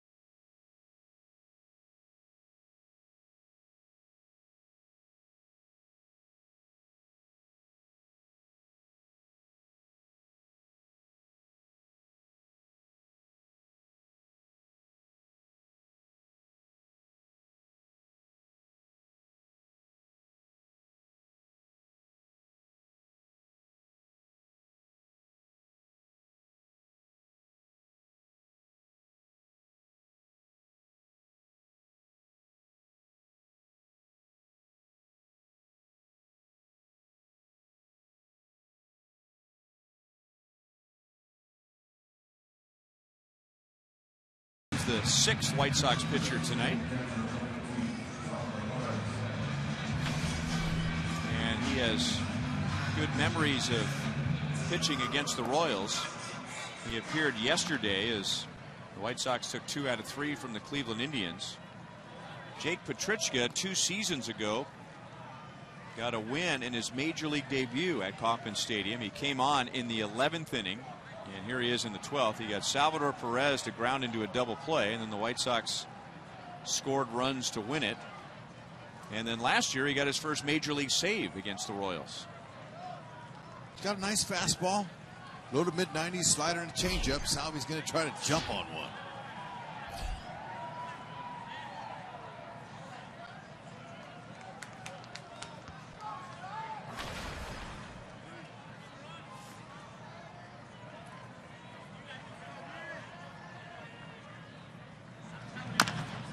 Off the plate, and Ramirez running in from left field, it seems like, and gets Salvador on a close play.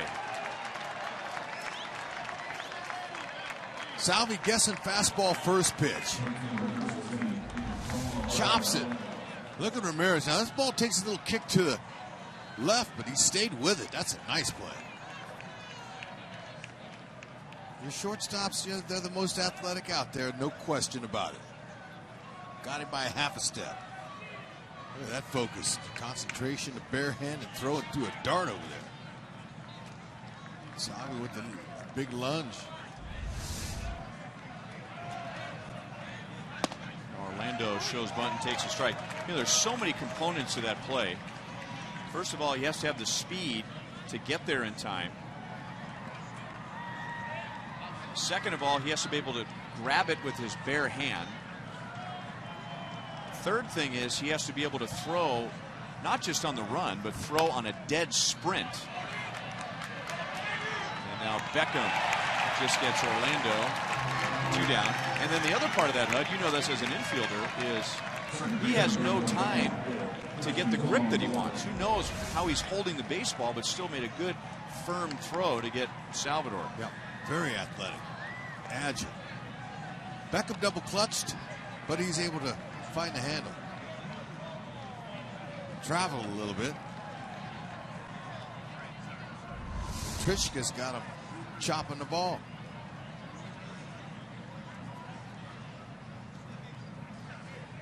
Christian Colon takes a strike from Petrichka. 1 for 4 tonight. He's also lined hard into a double play.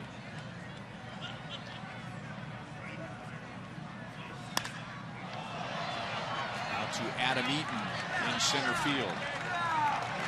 3 up, 3 down. And Chicago will have Johnson, Eaton, and Cabrera for the bottom of the 12th inning. Franklin Morales coming in to pitch for KC.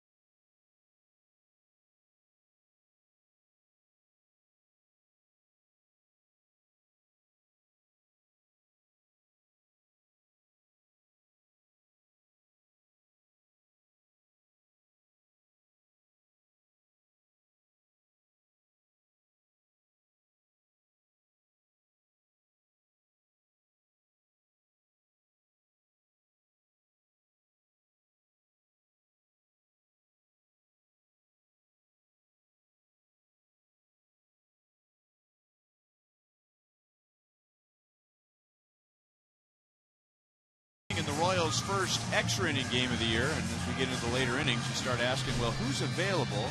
And Yost is actually in pretty good shape. He is about to use his 5th reliever and still has 3 more out there. And on his bench, Orlando Caliste, Omar Infante, who hasn't played since Sunday, and Eric Kratz. So here's Franklin Morales. He pitched last night against Minnesota. 3 2/3 scoreless in his first 5 outings. And got his first win as a Royal on Sunday. Just in case he is still awake, and I'm assuming he is not, we want to send our best wishes to Royals Vice President Mike Swanson, who had surgery on his right elbow. It's not Tommy John surgery. It is the 11th operation of his life. Huh. So we're thinking about you, Swanee. Wow. I asked him, well, what's the next ailment you're going to have fixed? And he said, my next operation will be my autopsy. Emilio Bonifacio will lead off the bottom of the 12th, batting for Micah Johnson. It's a piece of work. Hope you feel better, Swanee. Hey, you know, you gave me that list there. I would imagine that Johan Pino might be one of the guys that didn't get a chance. But he pitched 3 solid innings last night. I don't know if they'll use him. I mean, surely maybe in an emergency opportunity here. I mean, you never know how long this one will go.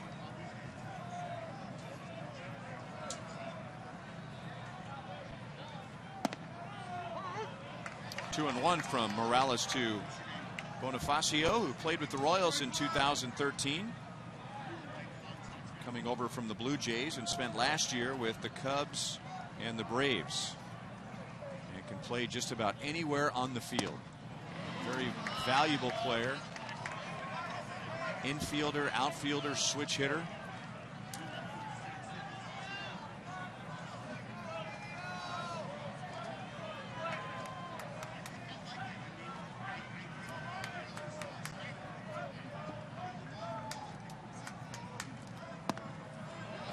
Just a little bit down and in. 3 balls, 2 strikes. It didn't look like I missed much. Across the plate somewhere.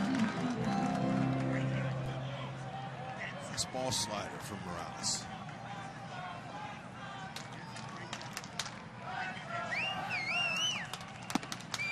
Strike 3 over the outside. Well, he may have gotten away with a couple earlier in that plate appearance. And Sam Holbrook wasn't going to give him every outer edge of the strike zone. Come on, man. Sam's a veteran umpire. Way too close to take. Bonifacio. Look at that. Talk about staying right on the edges, though. Didn't give him anything really good to hit. Bonifacio's got to go.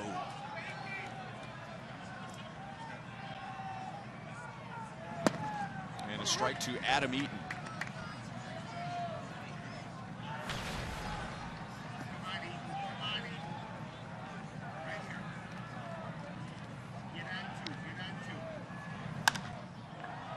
No balls, 2 strikes. Adam Eaton last year hit .348 against the Royals. He had an on-base percentage of almost .370, and the Royals have adjusted so far this year, as he is just 1 for 17. Making 1 for 18 against the Royals this year. 2 down. So that's one of the many reasons why the Royals are 3-0 against Chicago, keeping him off the bases. Also done a good job of keeping Melky Cabrera off the bases, who's coming up. There's Chris Young warming up in the Royals bullpen. Royals may go to him if Cabrera gets on here and Jose Abreu comes up. Melky scored the game-tying run in the 5th inning.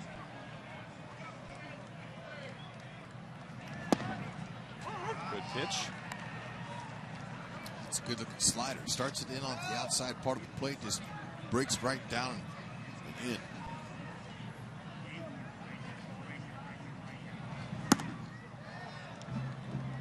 One and one.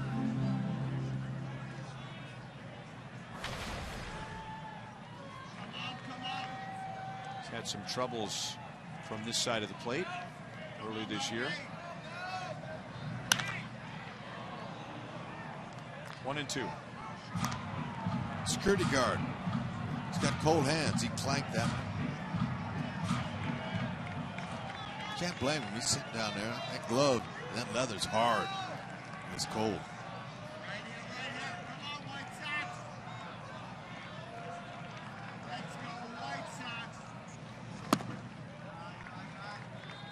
Two and two.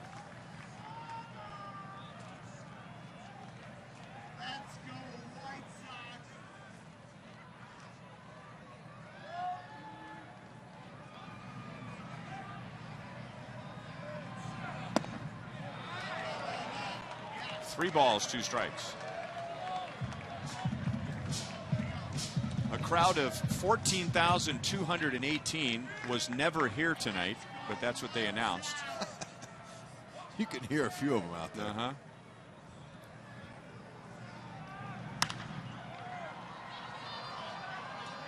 And that's back amongst the remaining spectators, which I would say would be, what, 2,000 maybe? Some Royals fans here tonight. And with the smaller crowds, a lot of the Royals fans have been able to move up close to the Royals dugout on the first base side. A nice close-up view.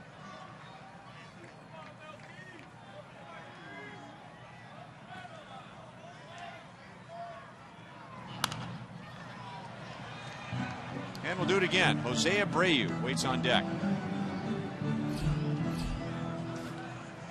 This is the guy Morales wants right here. Nope, he's not going easy. Making him work.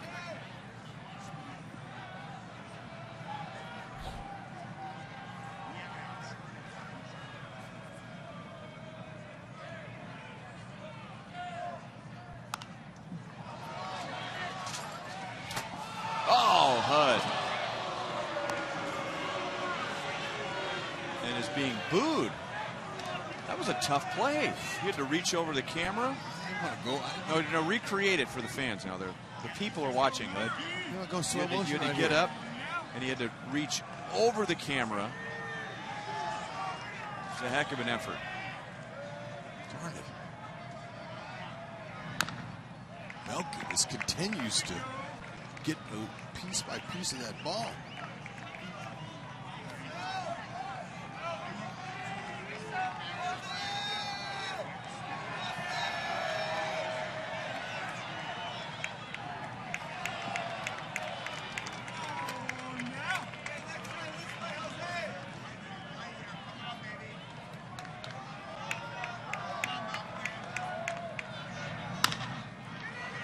Deep short. Escobar, strong throw just in time. He's got a smooth throwing stroke, don't he? To inning number 13 in a 2-2 tie.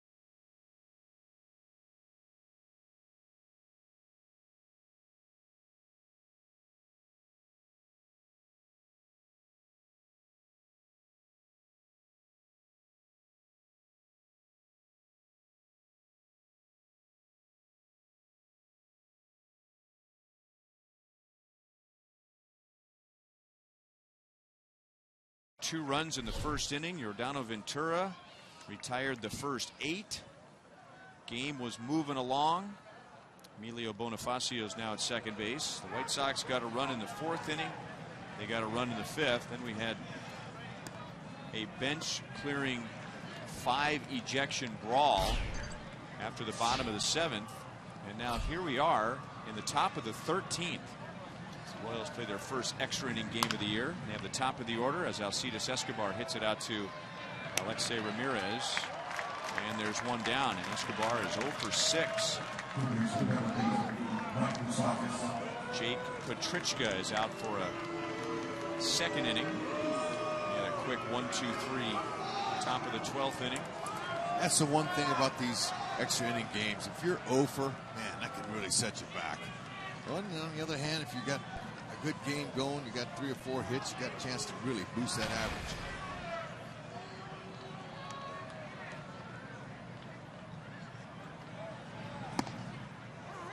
Tailing fastball in for a strike. Moose has a couple of hits.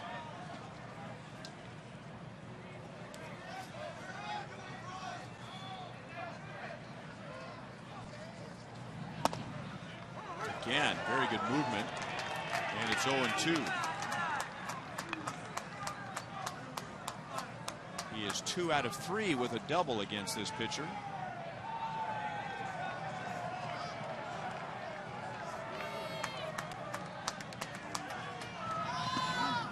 The White Sox, as Hud pointed out early in the game, they are in the traditional Mike Moustakas shift.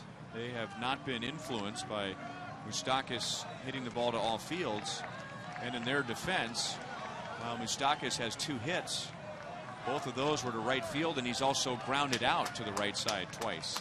It's the first time this year we've seen the team consistently shift on Moose, and he's beat the shift, hitting right through it. Moose is having some good fortune to start the season this year. Nothing like last year. What'd you say it was 0 for 21? 0 for 21. Hard to dig yourself out of a hole like that.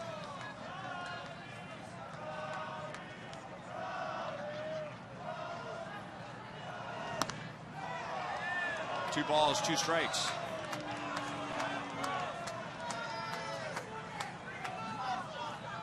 Royals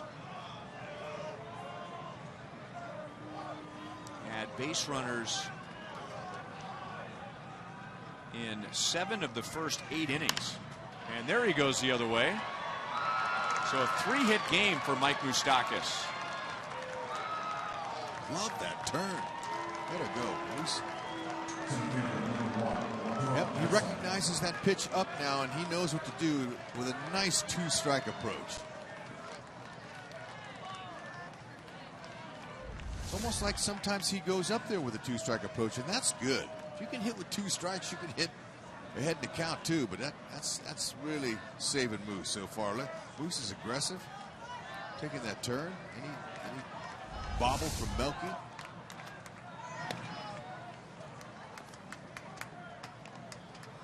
How many attempts did you even see them throw over to Moose when he was on first base last year? I don't even think anybody even thought about Moose as a base runner or a stealer. Hitting second in that order has helped him with his mentality. Oh, man.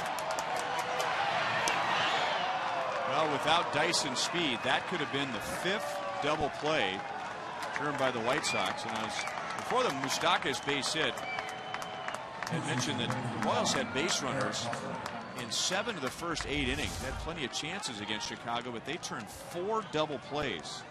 Look at Alexi. He is really putting on a defensive clinic today. Or tonight. Oh, this is a one-hopper, backhand flip.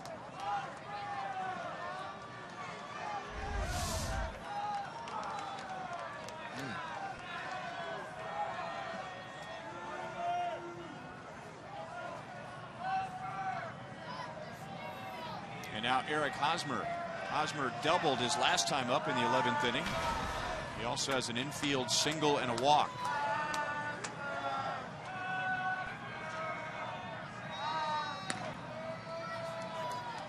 Gerard hasn't even attempted a steal yet this year. Been over there a few times.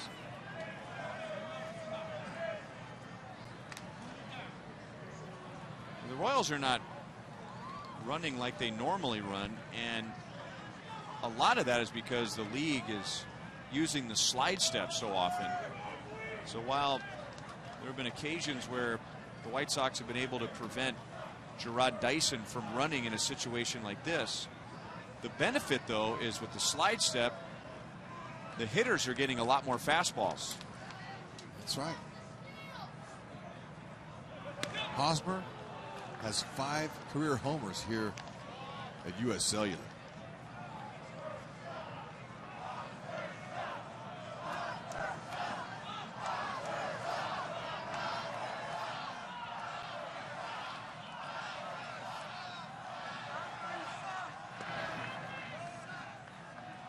Royals were 6 for 6 in steals in that first 3-game series of the year.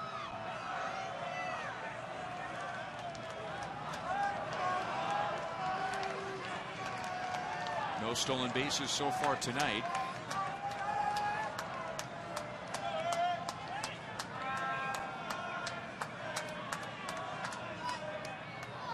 Dyson flinching over at first base. He wants to go. And certainly has Petrichka's attention.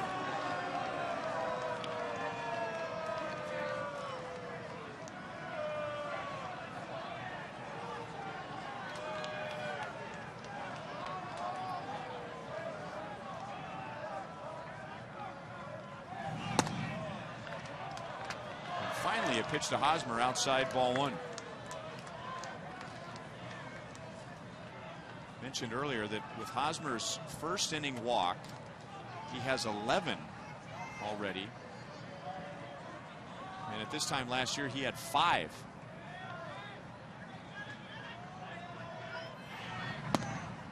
And it's not just the walks. I mean, there's some guys where on base percentage is more important than others.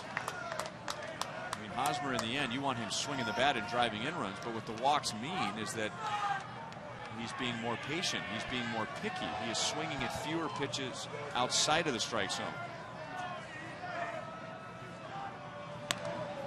Corner outfielders are deep, and that's smart, because if Hosmer does hit a double, they can get to the ball quicker and get it in. See how deep those guys are. Dave Holtzman just looked this up for me. Eric Hosmer was 11 walks now. He got his 11th walk last year in game number 43. Good movement there. And Hosmer jumping back, and he caught the inside. Petrichka, he was really pinpoint with his accuracy tonight. I thought that ball was inside, but that's what that running two-seam fastball will do. Immediately when the hitter picks it up, by the time it gets there, it's got that movement back over. Freezes, locks him up.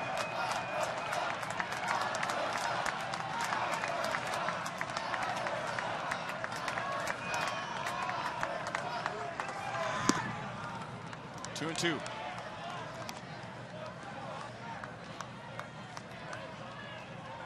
Usually when Dyson's over there at first base, he takes off. He goes.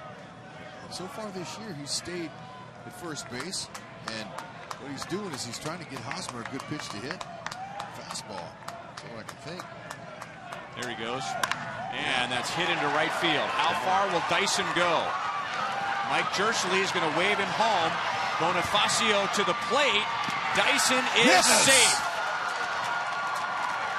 There you go.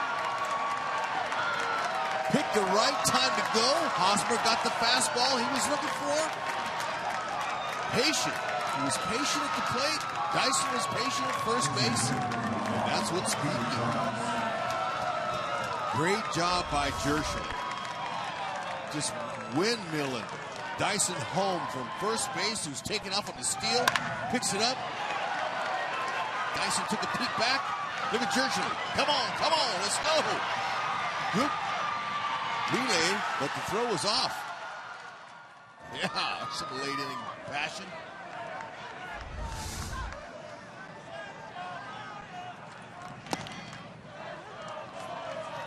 We're assuming that's a double because Hosmer was going to second all the way. Yeah, pick up a little insurance here. Scoring now in the 13th inning for the first time since the first inning by the Royals. Royals went 11 innings without scoring a run. 2 in the first, 1 in the 13th. That's unusual for this fine hitting offense. By the way, that's another 2-out RBI, and the Royals lead the league in that category. 33 2-out RBIs. Morales chops it to first. Foul.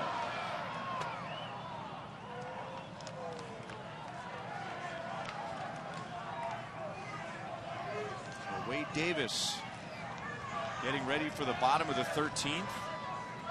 And he'll have the middle of the order. Jose Abreu, Adam LaRoche, and Avisail Garcia.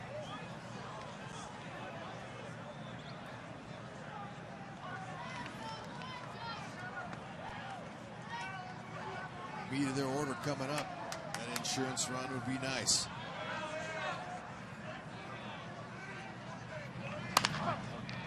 Out to Bonifacio, and that's the inning. So with 2 down, Dyson at first base, running on the pitch, and Eric Hosmer gets it home, and the Royals lead by 1 in the 13th inning.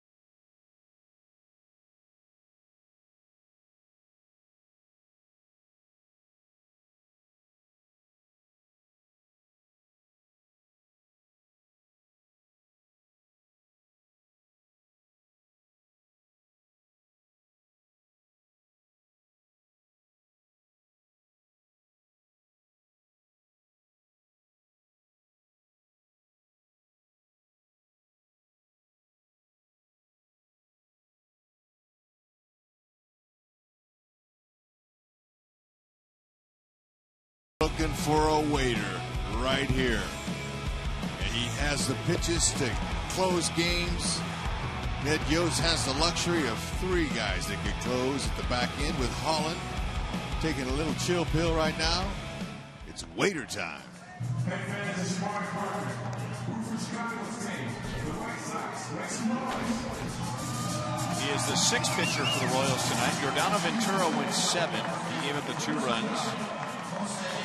And the Royals bullpen doing what the Royals bullpen does, and that is Herrera, Frazier, Madsen 2 innings, and Morales combining for 5 scoreless. Gerard Dyson scoring from first base on Eric Hosmer's double. The Royals trying to win their 4th straight against the White Sox this year. Abreu, LaRoche, and Garcia.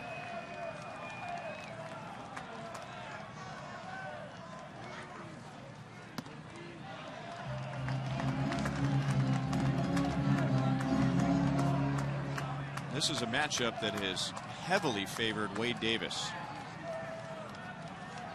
Jose Abreu has come to the plate 6 times against Wade Davis, and the best he has done is a walk. Otherwise, he has struck out 4 times in 5 at-bats.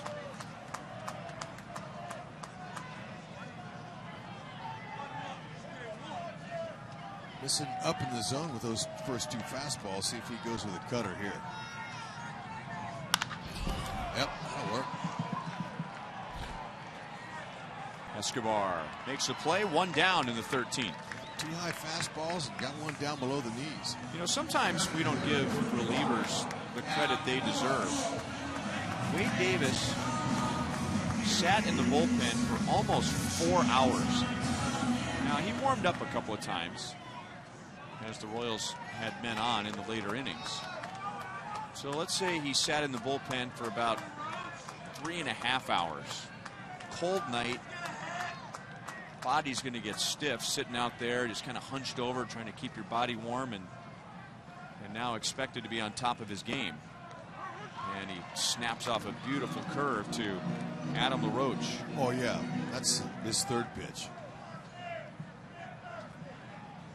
Royals playing LaRoche with a drastic pull. It's not a guy hardly on the left side of the infield. 1-1 on LaRoche. 1 for 5 tonight. 0 for 4 with 2 walks against Davis.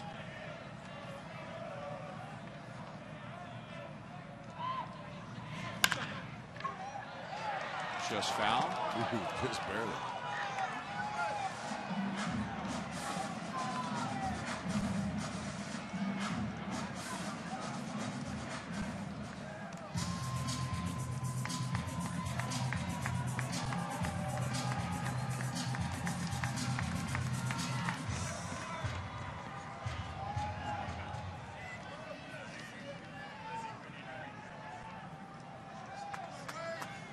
Royals have already won 14 of their last 17 against the White Sox and 15 of their last 18 here.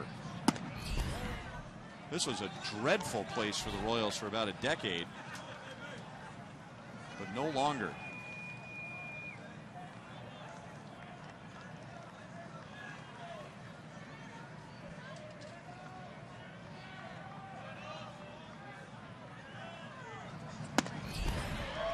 Two down.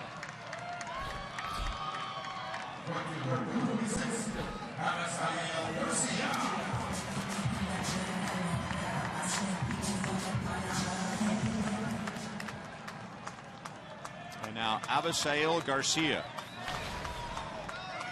He is 0 for 5 with a run scored. And if you're wondering about Garcia against Davis, he is 1 for 2 with a single.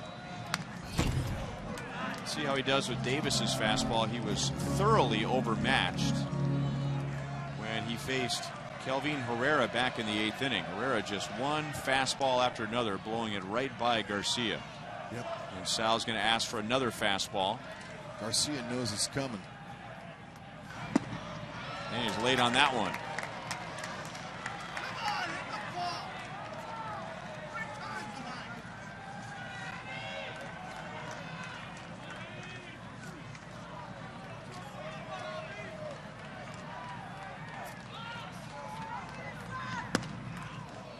So he tries the cutter there.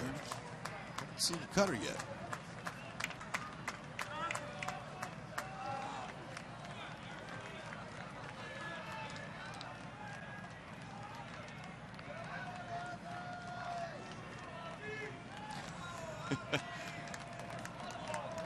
How many more pitches does he have? That was a cutter. And Garcia just kind of flares it out into right field to keep the White Sox breathing in the bottom of the 13th. Yeah, he kind of had a nice little inside-out swing on that pitch that was coming in on his hands. Just kind of lob it out there is what he was trying to do.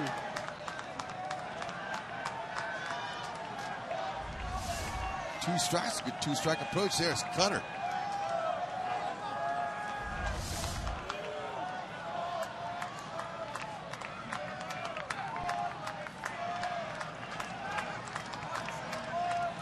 Gordon Beckham. Beckham has batted only once, and he walked. In the air to center field. Dyson right in his tracks. And the Royals take game one. It took 13 innings, but the Royals beat the White Sox 3-2. Nice. Royals looking for a waiter tonight, and they finally got him in. Waiter, check please, and a save in game one. 28 consecutive scoreless innings by the Royals bullpen. The Royals bullpen ERA is 0.52. Woo! Smoking hot. So a long, cold, emotional night, and the Royals come out on top. The Royals have now won 16 of their last 19 here in Chicago. Ooh, man. Stay tuned for the post-game show tonight.